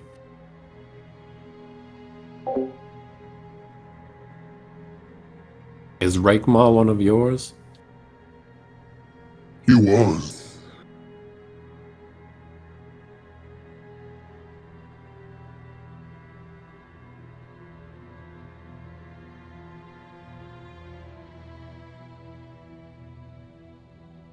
He was, but is no longer? He failed. Ah. Right. He was free to wage the war he wanted to. And the outcome of war is clear. There's no honor, no mercy, no sparing what is left. In these ranks, you will not survive if you cannot win your own war.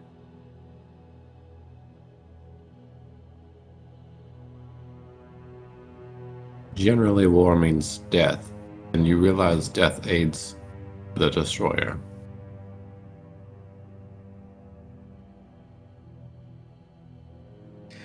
Every war has its terms.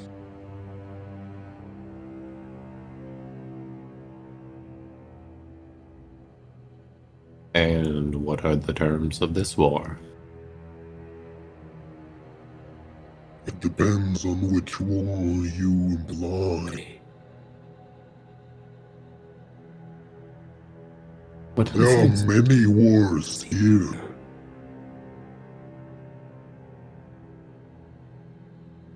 The war against Baphomet, a stalemate. But it will flare again soon enough. The war against the blind. Ongoing. A winner yet to be determined. A war against your people. Halted. Momentarily. By your forebears. But tinders quickly ignited when the first sparks fly.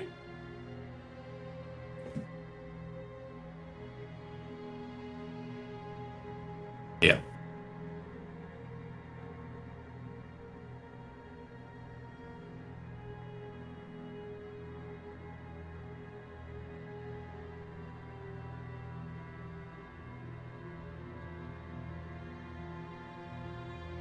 Why do you think that the winner is yet to be determined against the war against the blight? Does it get closer every day? No war is over until it ends.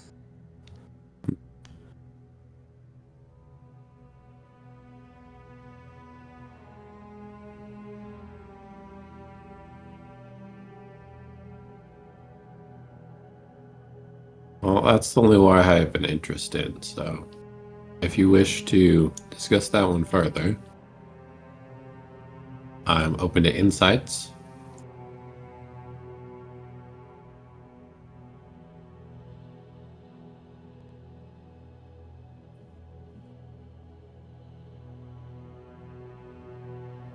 Is that all?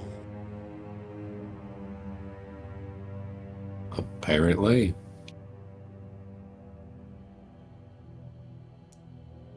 Yes, that's all.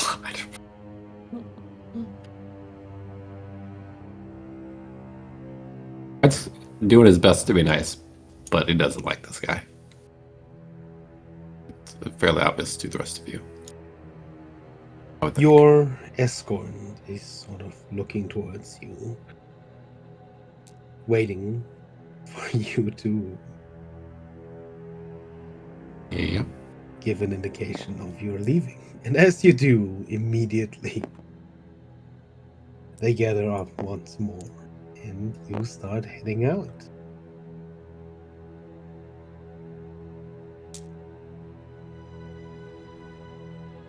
Putting an end to the shortest negotiation so far. What was that?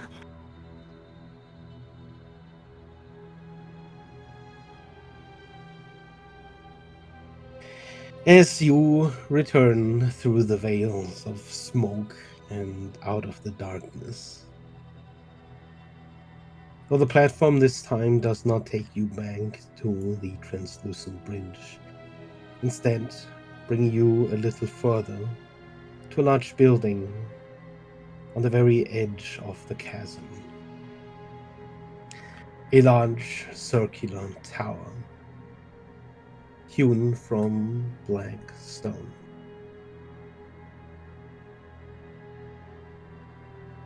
Your only audience remaining. Lord Baphomet himself. In his onyx castle.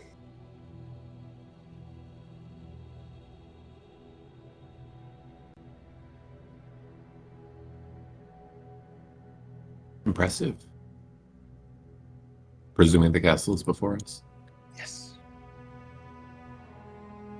Your escort steps off of the platform, walking straight towards the massive tower.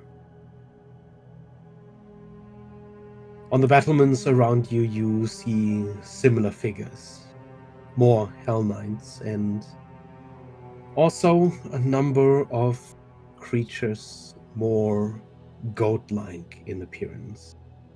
You see a lot of hunched figures, curled horns, and cloven hoofs as you make your way inside.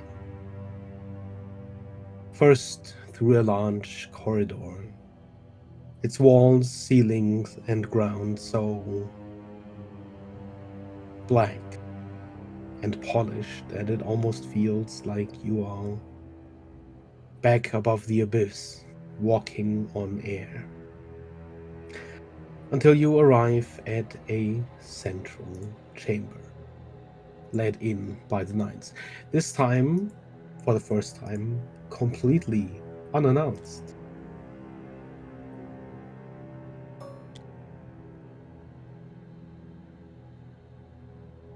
Though it seems as you step in that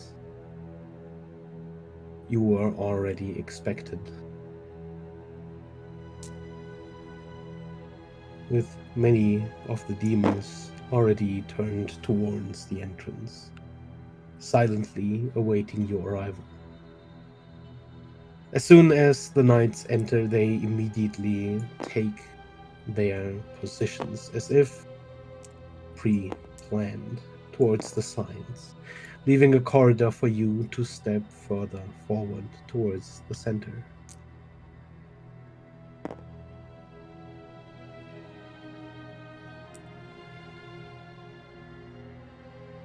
And as you make your way almost to the halfway point across the hall, the light from the surrounding reflections from the pillars and from the hieroglyphs and pentagrams on the floor starts to dim. Low and growling, you hear this chant, almost as if underneath the breath of each of the assembled devils and demons, repeating only one name: Baphomet, Baphomet. Evelyn would try and move to Rhett's side enough to get him to glance to her. Yeah, I'm backing up. I don't really want to walk in that circle. Yeah. And then Okay, that's fine. as soon as he made eye contact,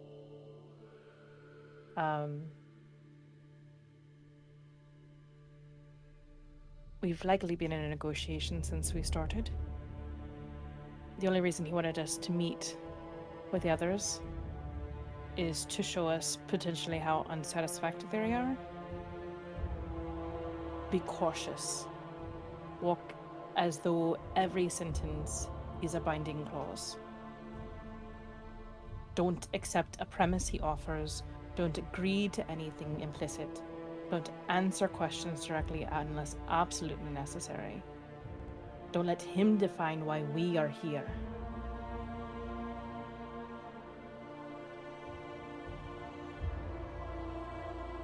Got it.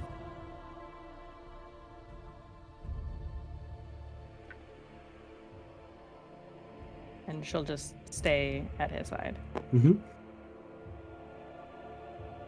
As you have this telepathic communication, the chanting grows faster and hurried until it's become irregular.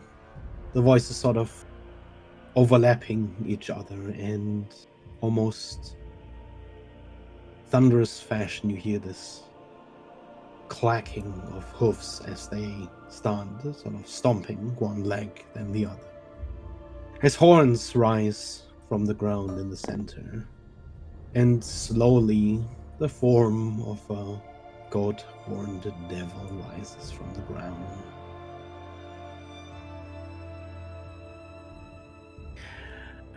Beleth, arrive at last in these halls of mine.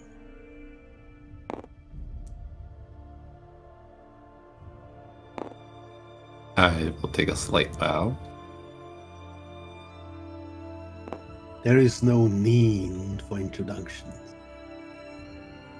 We know each other's names.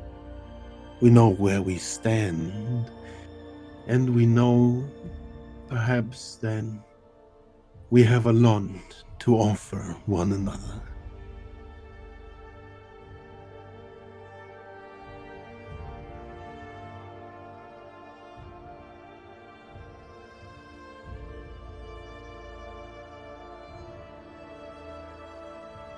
It is interesting to be in the Hells once more.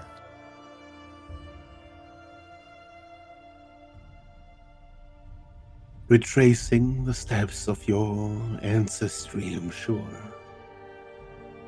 You see him almost absent-mindedly sort of draw a circle on the ground with his staff.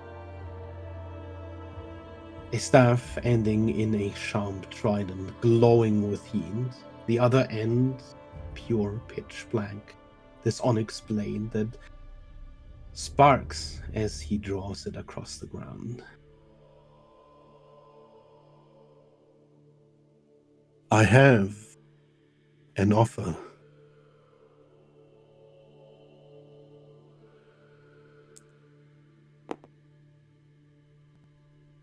What kind of offers does Baphomet make? The Lord of Hate and Contrans only really offers one thing. An exchange. A boon for a boon. And the ultimate punishment for deal breakers.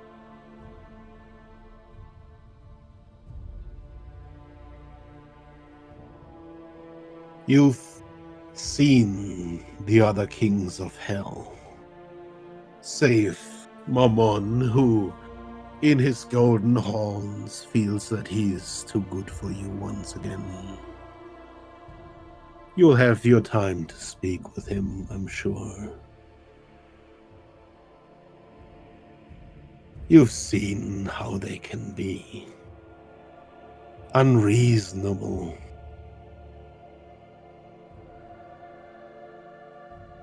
But they can be made to be reasoned with.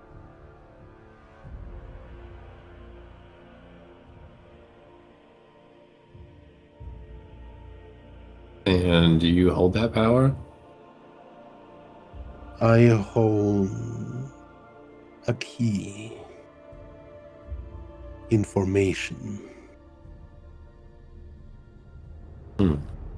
There exists a book. Sacrilegious to mankind. Sacrosanct to yours. A book that contains the true name of every devil and demon in their bloodlines. I know where to find this book. Though my kind cannot enter. We have tried before. The wands are strong, powerfully forged, much like the seals on those gates we cannot open.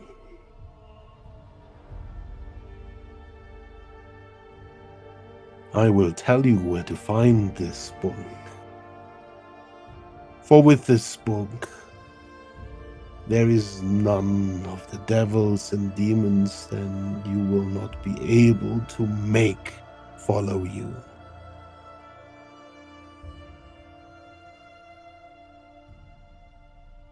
Would that not include some here? And there we get to the exchange. Hmm. We enter a contract that the moment you pick up this book, the pages containing the names of the Baphomet line burn and wither. For we will not hand you the reins by which we are enslaved, but gladly hand you the reins to all the others.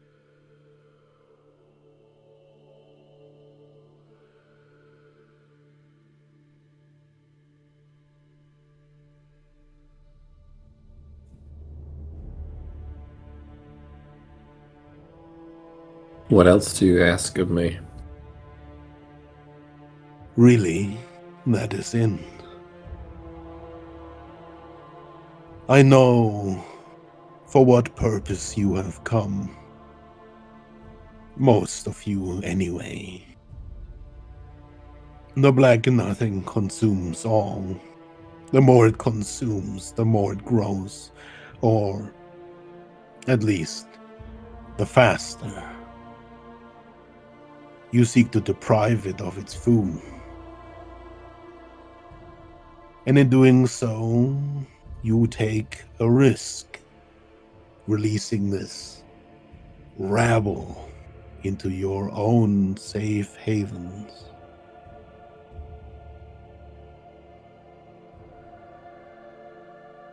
So, I offer you the reins in return for freedom.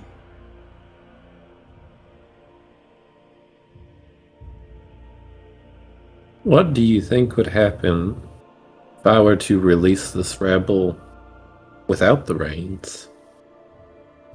They'll make their assurances, I'm sure. Anything to get through those doors. But they cannot help what they are. Warmongers. Devourers. You were greeted by some of them. Did they seem reasonable to you? Perhaps Mammon is most like mortals. A trader, a collector in wealth. All the others, however, will they truly be able to rein in their desires, given enough time, given freedom from any reins?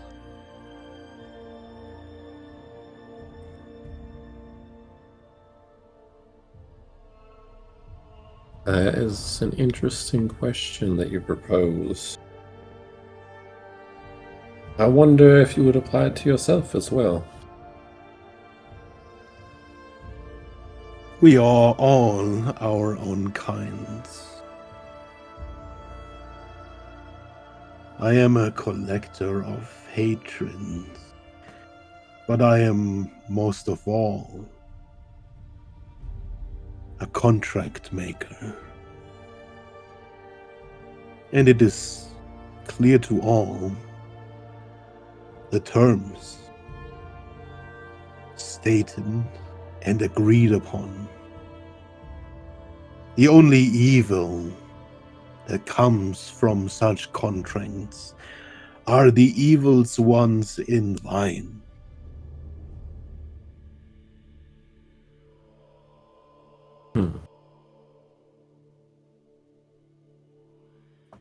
We are all our own natures. What an interesting quote. How would you have described Beleth?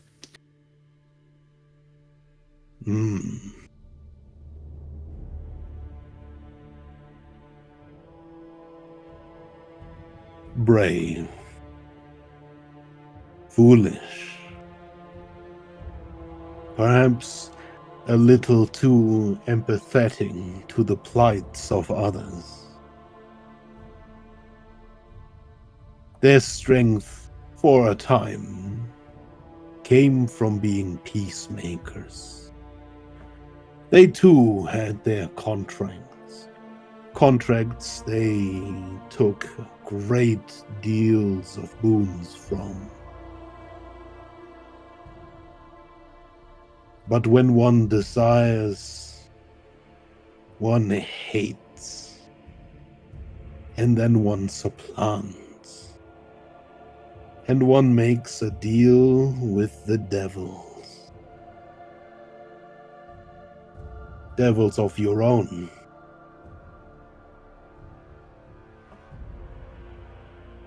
I believe in his last days, your forebear may have regretted making those deals. Deals not with our kind, but your own.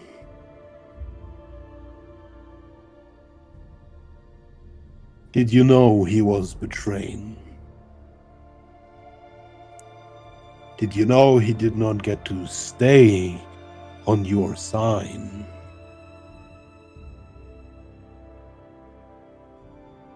He closed the gates and found himself in a cell that he himself had locked away the key for.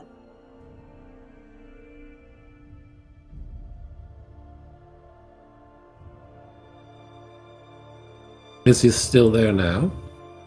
Here, In his cell? perhaps parts of him. For my kind, it is difficult to fully extinguish while this place exists. But if you wish to ask him yourself, this spoon is the same as the other I offer. It is there you will find both book and forebear.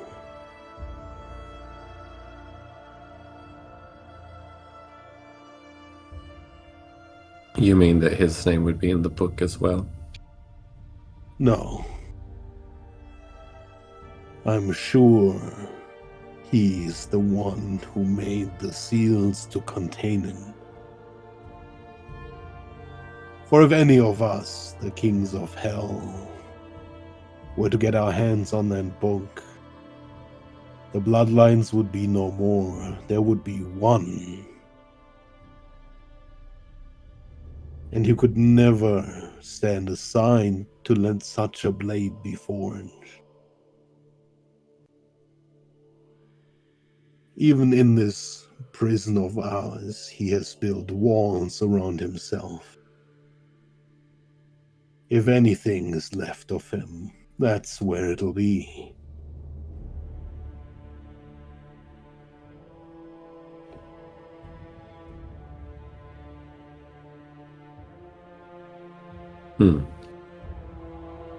And do you think he would take your deal?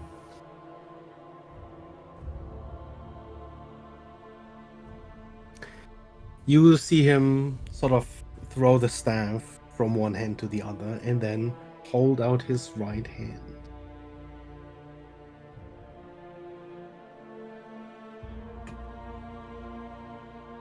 A deal is sealed in blood.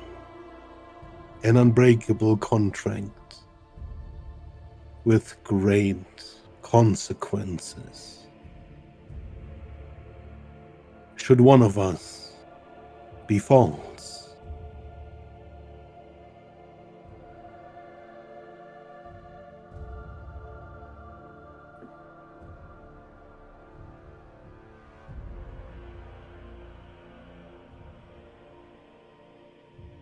So he's holding out his hand like to seal a deal.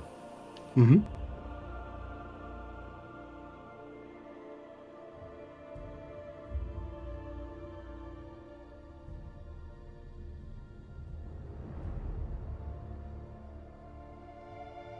You make tempting offers.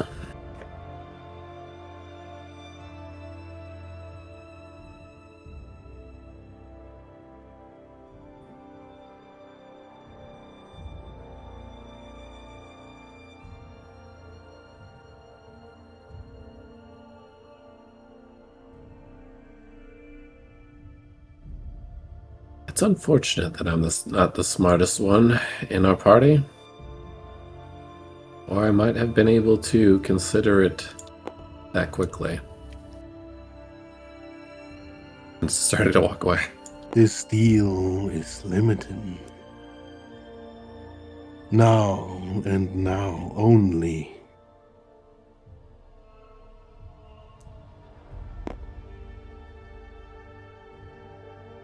Take it, and the Knights of Hell will ensure your further protection.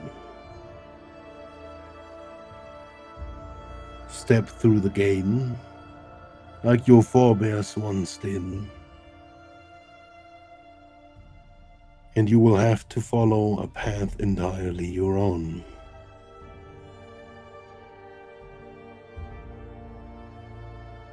No reins, nor contract.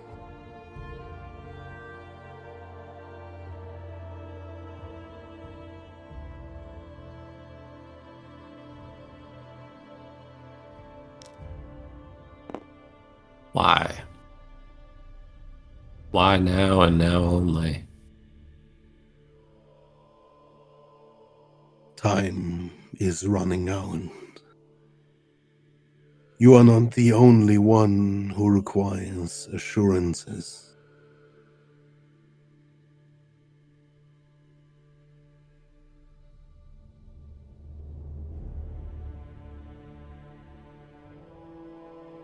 Is there someone else here that needs such assurances? I don't. Loath be it to reveal my one weakness. It is that all plans and deals require so much planning.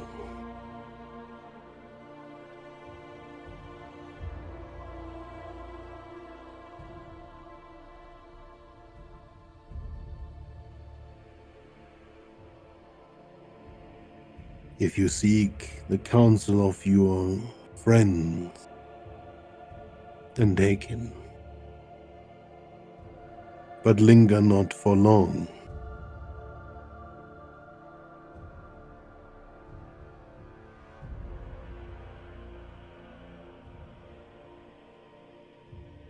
Out of character question.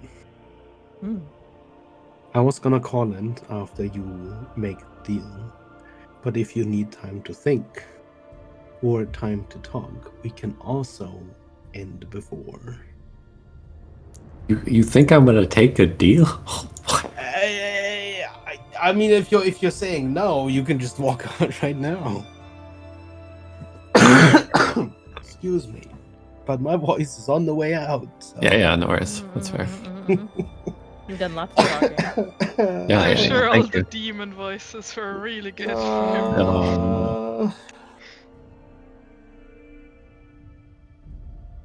Man shows up with demands like some kind of used car salesman. It's now or never. Listen, okay, he's offering you some clear terms.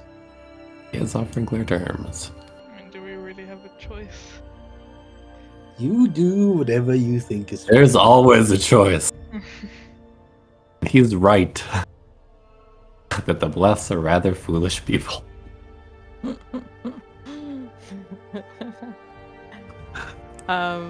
He's got I'm him. fine. I'm fine doing either or. Trying to. Yeah, I'm mostly checking out of character. Do you feel like you Yeah. want to make this choice now? Or do you? I feel like we rather should wanna talk think about it. Mhm. We can talk about it right now, though. Yeah, I don't sure. think that. Yeah. You can give your voice a break. Yeah.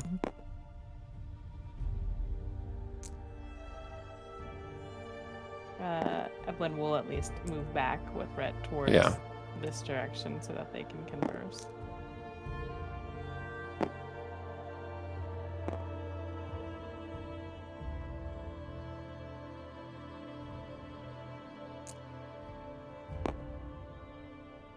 That's not the best deal I've heard in my life. No.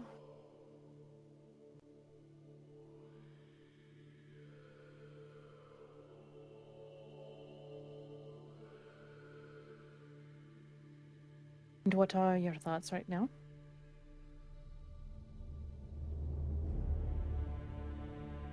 Losing one without a check on,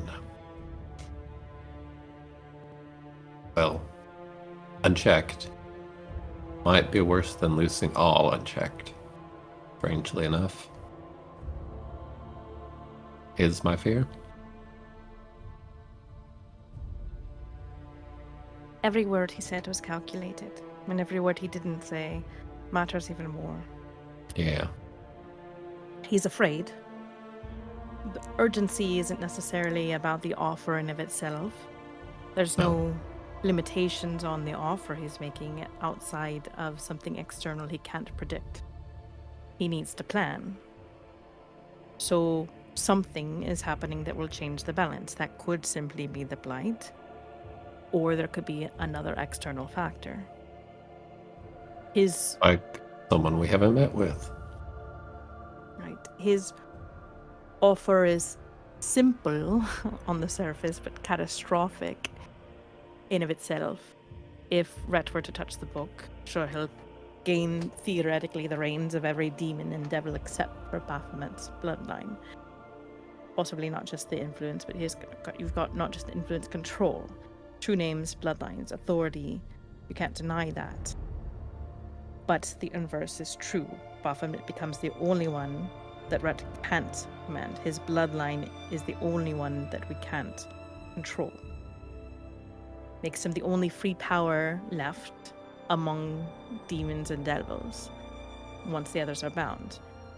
He's not giving us power, he's positioning Rhett as a shield, his sword, his scapegoat.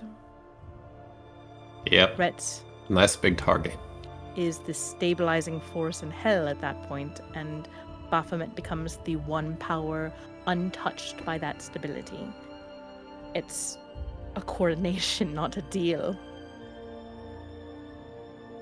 Well, if I may add, it will not be in hell. No. Right.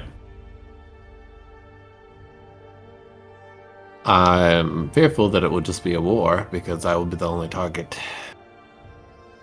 Right.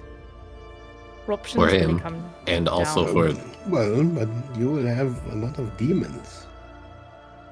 that he'll have to learn how to control, and who will be constantly finding ways to free themselves from the reins of those controls, not a control willfully given, exhausting, yeah. always on edge, always watching her back.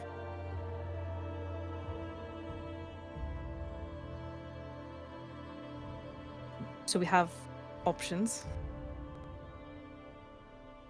We take his offer now, and we gain the location of the vault, this place of this book, the chance to maybe speak to Beleth, which I think is more of an emotional manipulation than anything else. Yeah, We get that the was rude. theoretical reigns of all of the demons and devils except for his, but we lose Rhett's freedom, the ability to oppose Baphomet, you lose leverage, and unpredictability. He'll know what path we're on. Option 2, we reject the deal entirely. If we reject him, we leave with nothing. We don't know where the book is. We don't know currently any way of dealing with the other devils and demons. We don't know how to stop.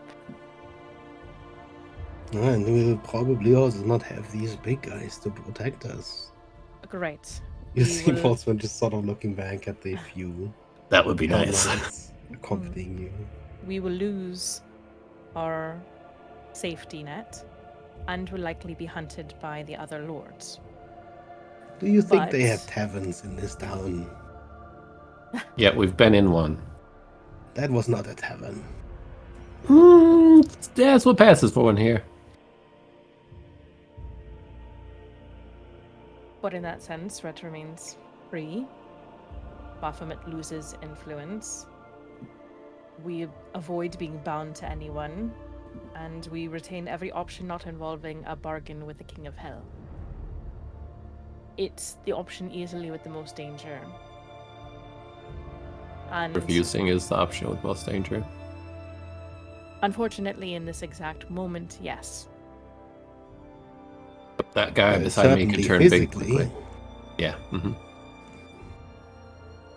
Option 3 is we can, and it's a fragile option, you can attempt to stall him, but if we stall him too long, whatever he fears may arrive. If we push him too far, he may rescind the offer or force our hand, and that seems like what he's intending to do, but we can attempt. But if we stall correctly, we may learn why he's desperate or force him to offer more protections, information, concessions. You say the deal is limited to now, but that's a lie. The deal exists as long as he believes he needs us.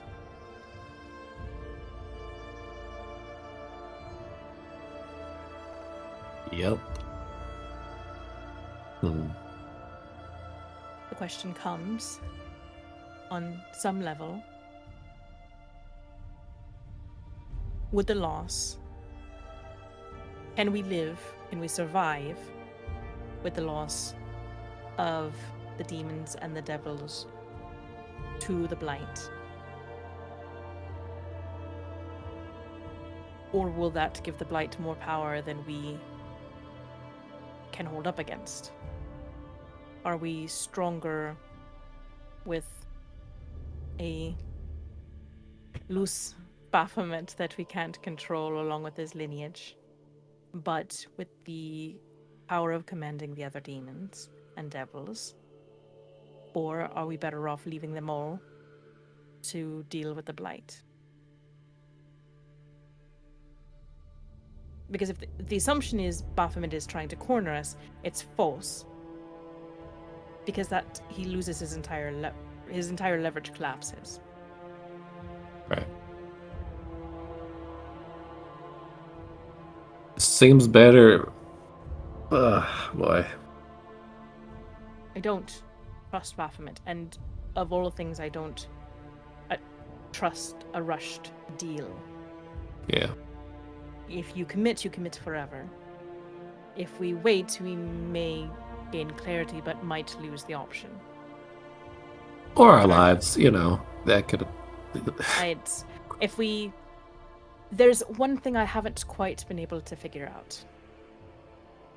At any point in time, Baphomet has certainly shown plenty of force and the ability to hold back the actions of the other kings, at least in regards to our safety.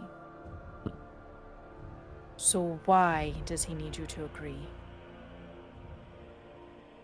Why couldn't he force it? Why not just kill us all, take your blood theoretically, or threaten you, torture you into agreeing? Why the theatrics? And that certainly was what that was, introducing us to every single king minus one that wanted nothing to do with us at the moment, within a declaration as introducing you as royalty. And then we arrive He's here. putting a target on a back, very obviously. Right, but To put up the pressure to make the deal now. He's showing the others that we are theoretically aligned with him without ever being aligned with him. But why? Why not force it? I haven't been able to figure that out. Why not? We were not doing well from that last fight before they intervened. Why not simply take advantage of that? Well, so there's one reason, but I'm not going to talk about that right now. Right. And that's fine. But whatever that reason is, that is your only leverage. Yeah, I just ask him. I could just ask him. I mean, I don't usually ask people why I haven't kicked my ass yet, but I don't think he'll tell you truthfully. I think it's the words behind the words. He's a master manipulator.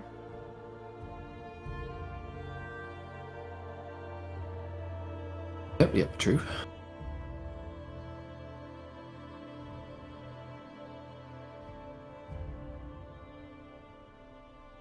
Question remains, though. Better with some of the demons on the loose and not consumed with the blight, or not?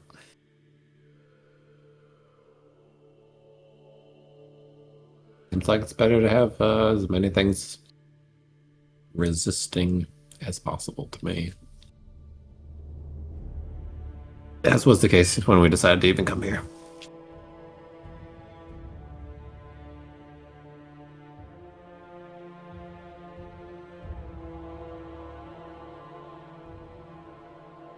Luckily, Silas, you've been very quiet. What do you think?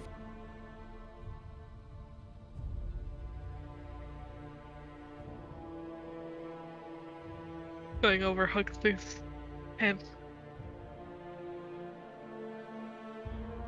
They're all very cool. They're also bards. And in my newly formed worldview, bards are very tricksy. Yes, you are correct.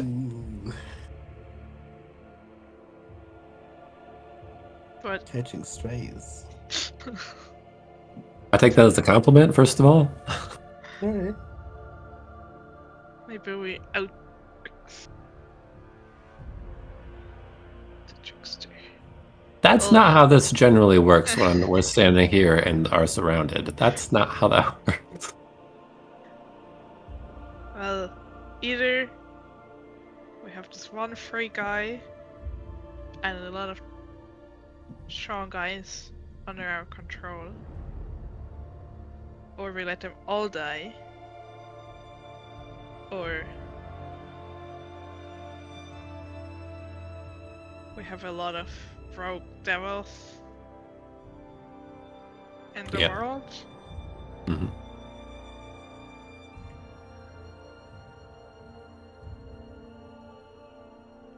I feel like if we don't want to let them all die, I'd be able to control them. Like I said. it's good to control them. Unless we feel kind of confident about being able to find the book by ourselves, but seems unlikely. Yeah.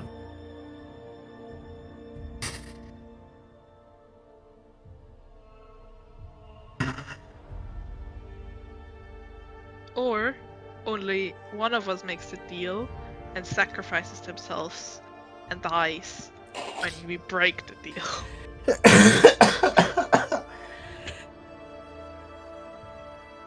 That in the bard business is what I call rock and roll, baby. You're not supposed to make me laugh. I mean, if the punishment is death for breaking the deal, and Evelyn makes the deal, but she can't die. Oh, shit.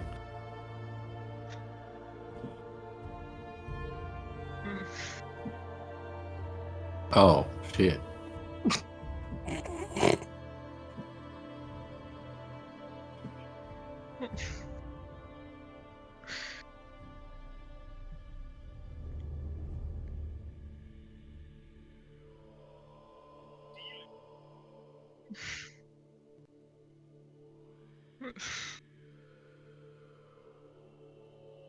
Yeah. Yeah, this is like the worst. This is like dealing with that genie. This is gonna go bad. Regardless. Ugh. So you could attempt to negotiate the terms.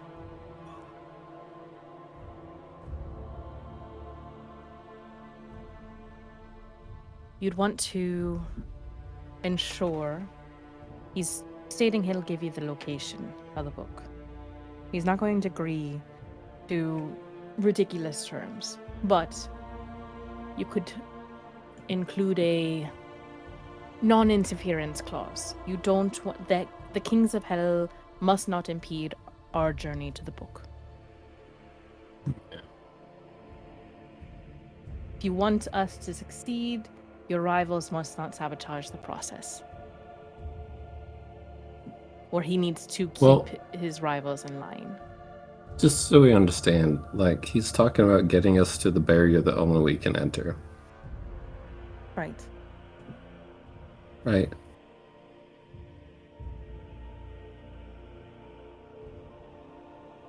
Oh, it's hot in here. You want to make sure that he's not simply, if he becomes aware, you want to hold him responsible so that he can't simply let something happen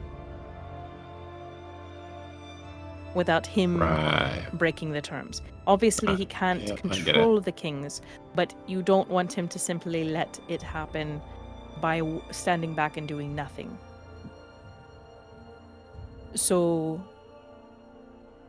that he will put his full efforts into keeping any interference from the other demons and devils on our journey.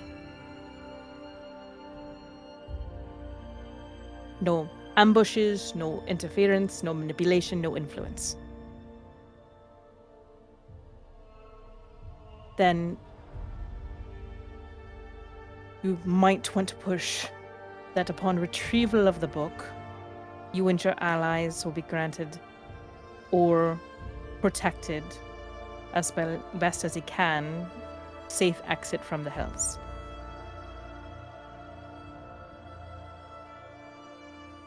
We need to be able to leave alive. Because he would surely want to just take it from us, right? That's what I'm getting Ideally. hung up on. Yeah, right, yeah.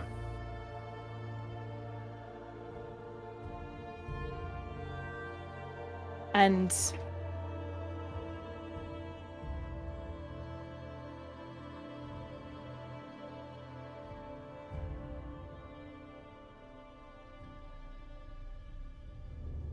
you might want to try and push for something along the lines of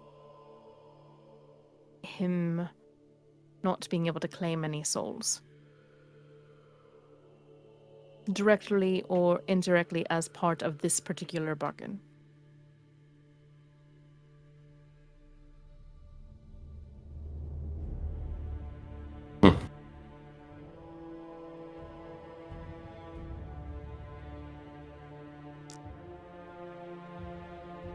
I'm gonna like slightly go over to him. I'm sorry, it's just like really. Do you mind if we just get air for like 5 minutes outside? Air, of course. But the only air you'll find here is laden with smoke and ash. I'm not quite sure how refreshing it'll be. Yeah, fair enough. Well, but regardless. I want to exit the building. Okay. I really want to exit the building. You turn to walk outside. As you do, you take note that the Knights of Hell are not following you outside.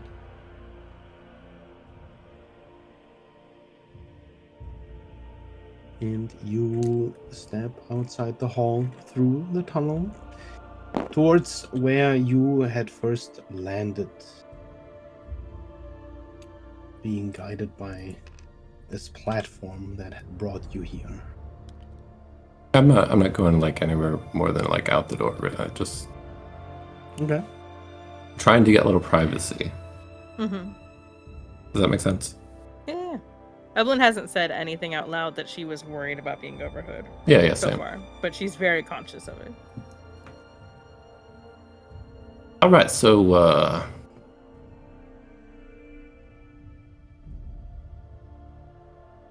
I think it's cowabunga time. you know about a book that exists, right? You know we need to get to it, right? Wouldn't it be nice if I just wished that we were there?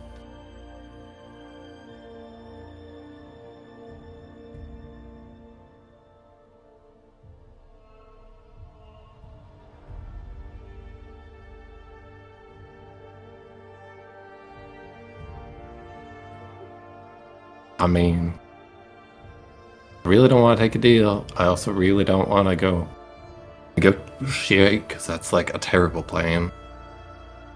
With anybody else.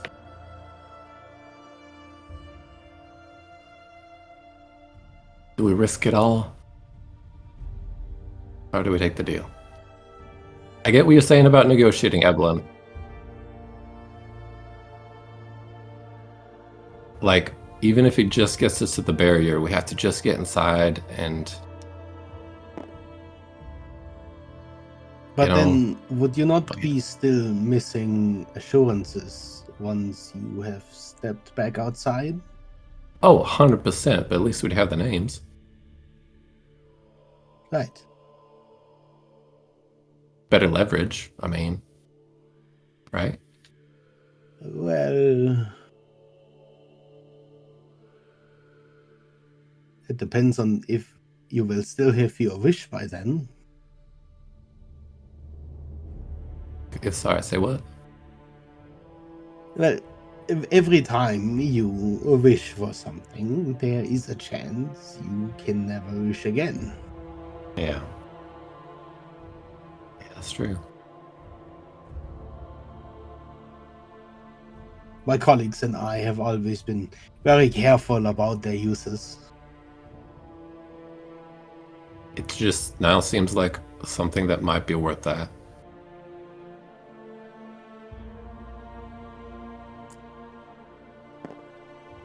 Called what? Crabs. Well, personally,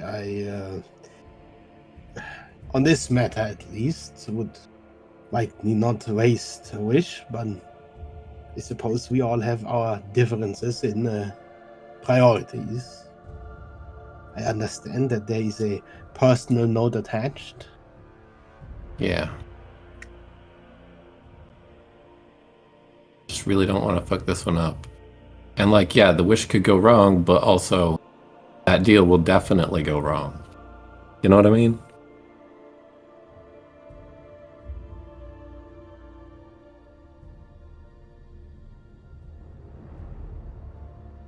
All right. Votes. It's the only way it seems fair.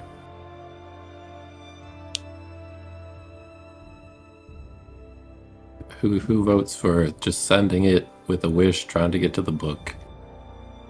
And who votes for trying to negotiate a deal?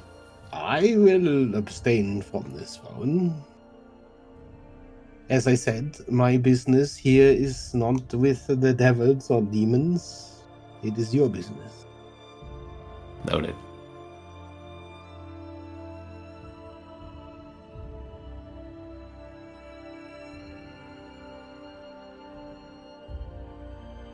Okay.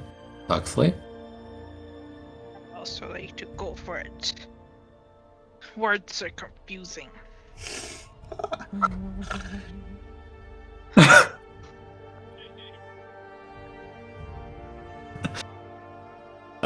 Well,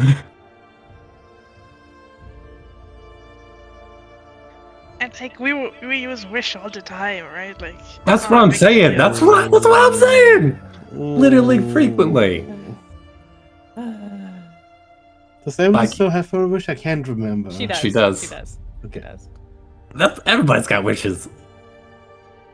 I'm just saying. We wish for sillier things before. Well, Wishes.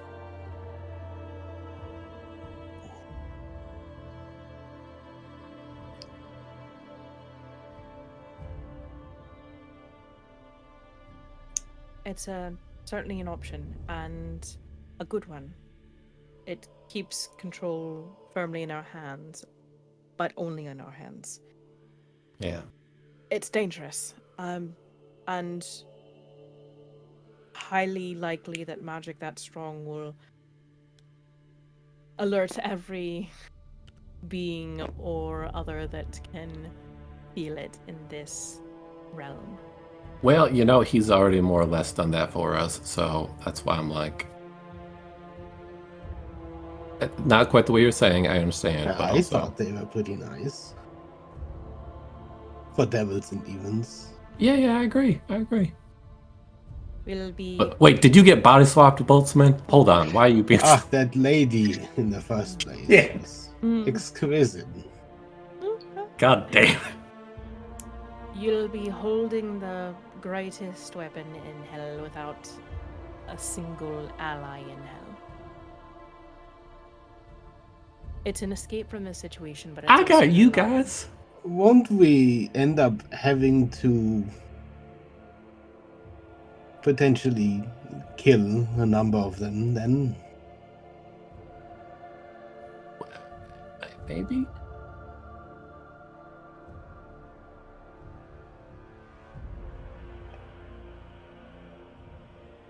There's a learning curve. Well, I am sorry to say I have never dabbled that deeply into conjuration.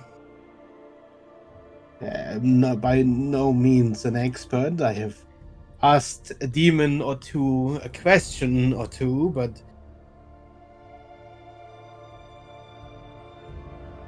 I have to admit that when it comes to the usage of true names, I am rather inexperienced. It has Well- never been a priority of my studies. We've got, it sounds like 2.5 votes for. And my personal opinion is I'm going to trust my great granddaddy that he wasn't making those kind of deals. Well, he seemed to be the one.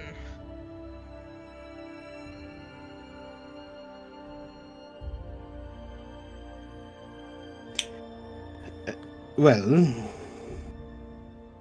just so happens there were a few of my colleagues on.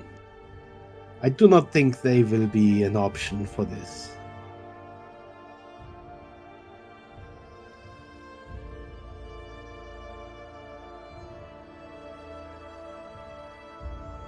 That's not going to work. No, it certainly isn't. They were on Arcanus. I was trying to avoid mentioning that place. I think that we've got the votes.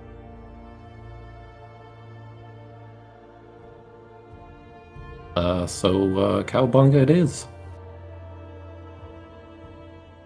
I know Right. Rhett has helped Evelyn cast Wish. I know Rhett can just cast Wish, but there's nothing that Evelyn can do. I think is that do for Unless Rhett. you also want to cast Wish. No.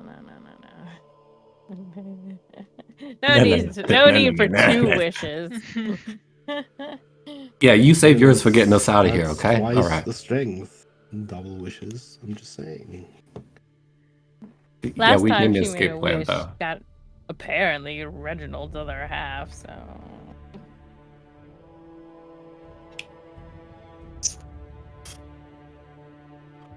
Okay, so how should I phrase this?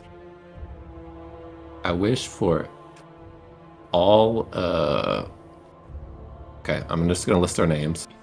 Rhett, Evelyn, Huxley, Silas, Heelper. You cast Wish? Yeah. Okay. Well, you can write it That's out to me. Okay. If you I'm want like to. getting people's opinions, so yeah, I can just like write it out and we can workshop it. Mhm. Then as you cast Wish, you hear almost as if right next to your ear. Disappointing. Just as you cast the spell. Oh no. And that's what we called for today. Oh no. As next time we start with the resolution of a wish. I mean, am I crazy? Like, I think this makes sense, guys.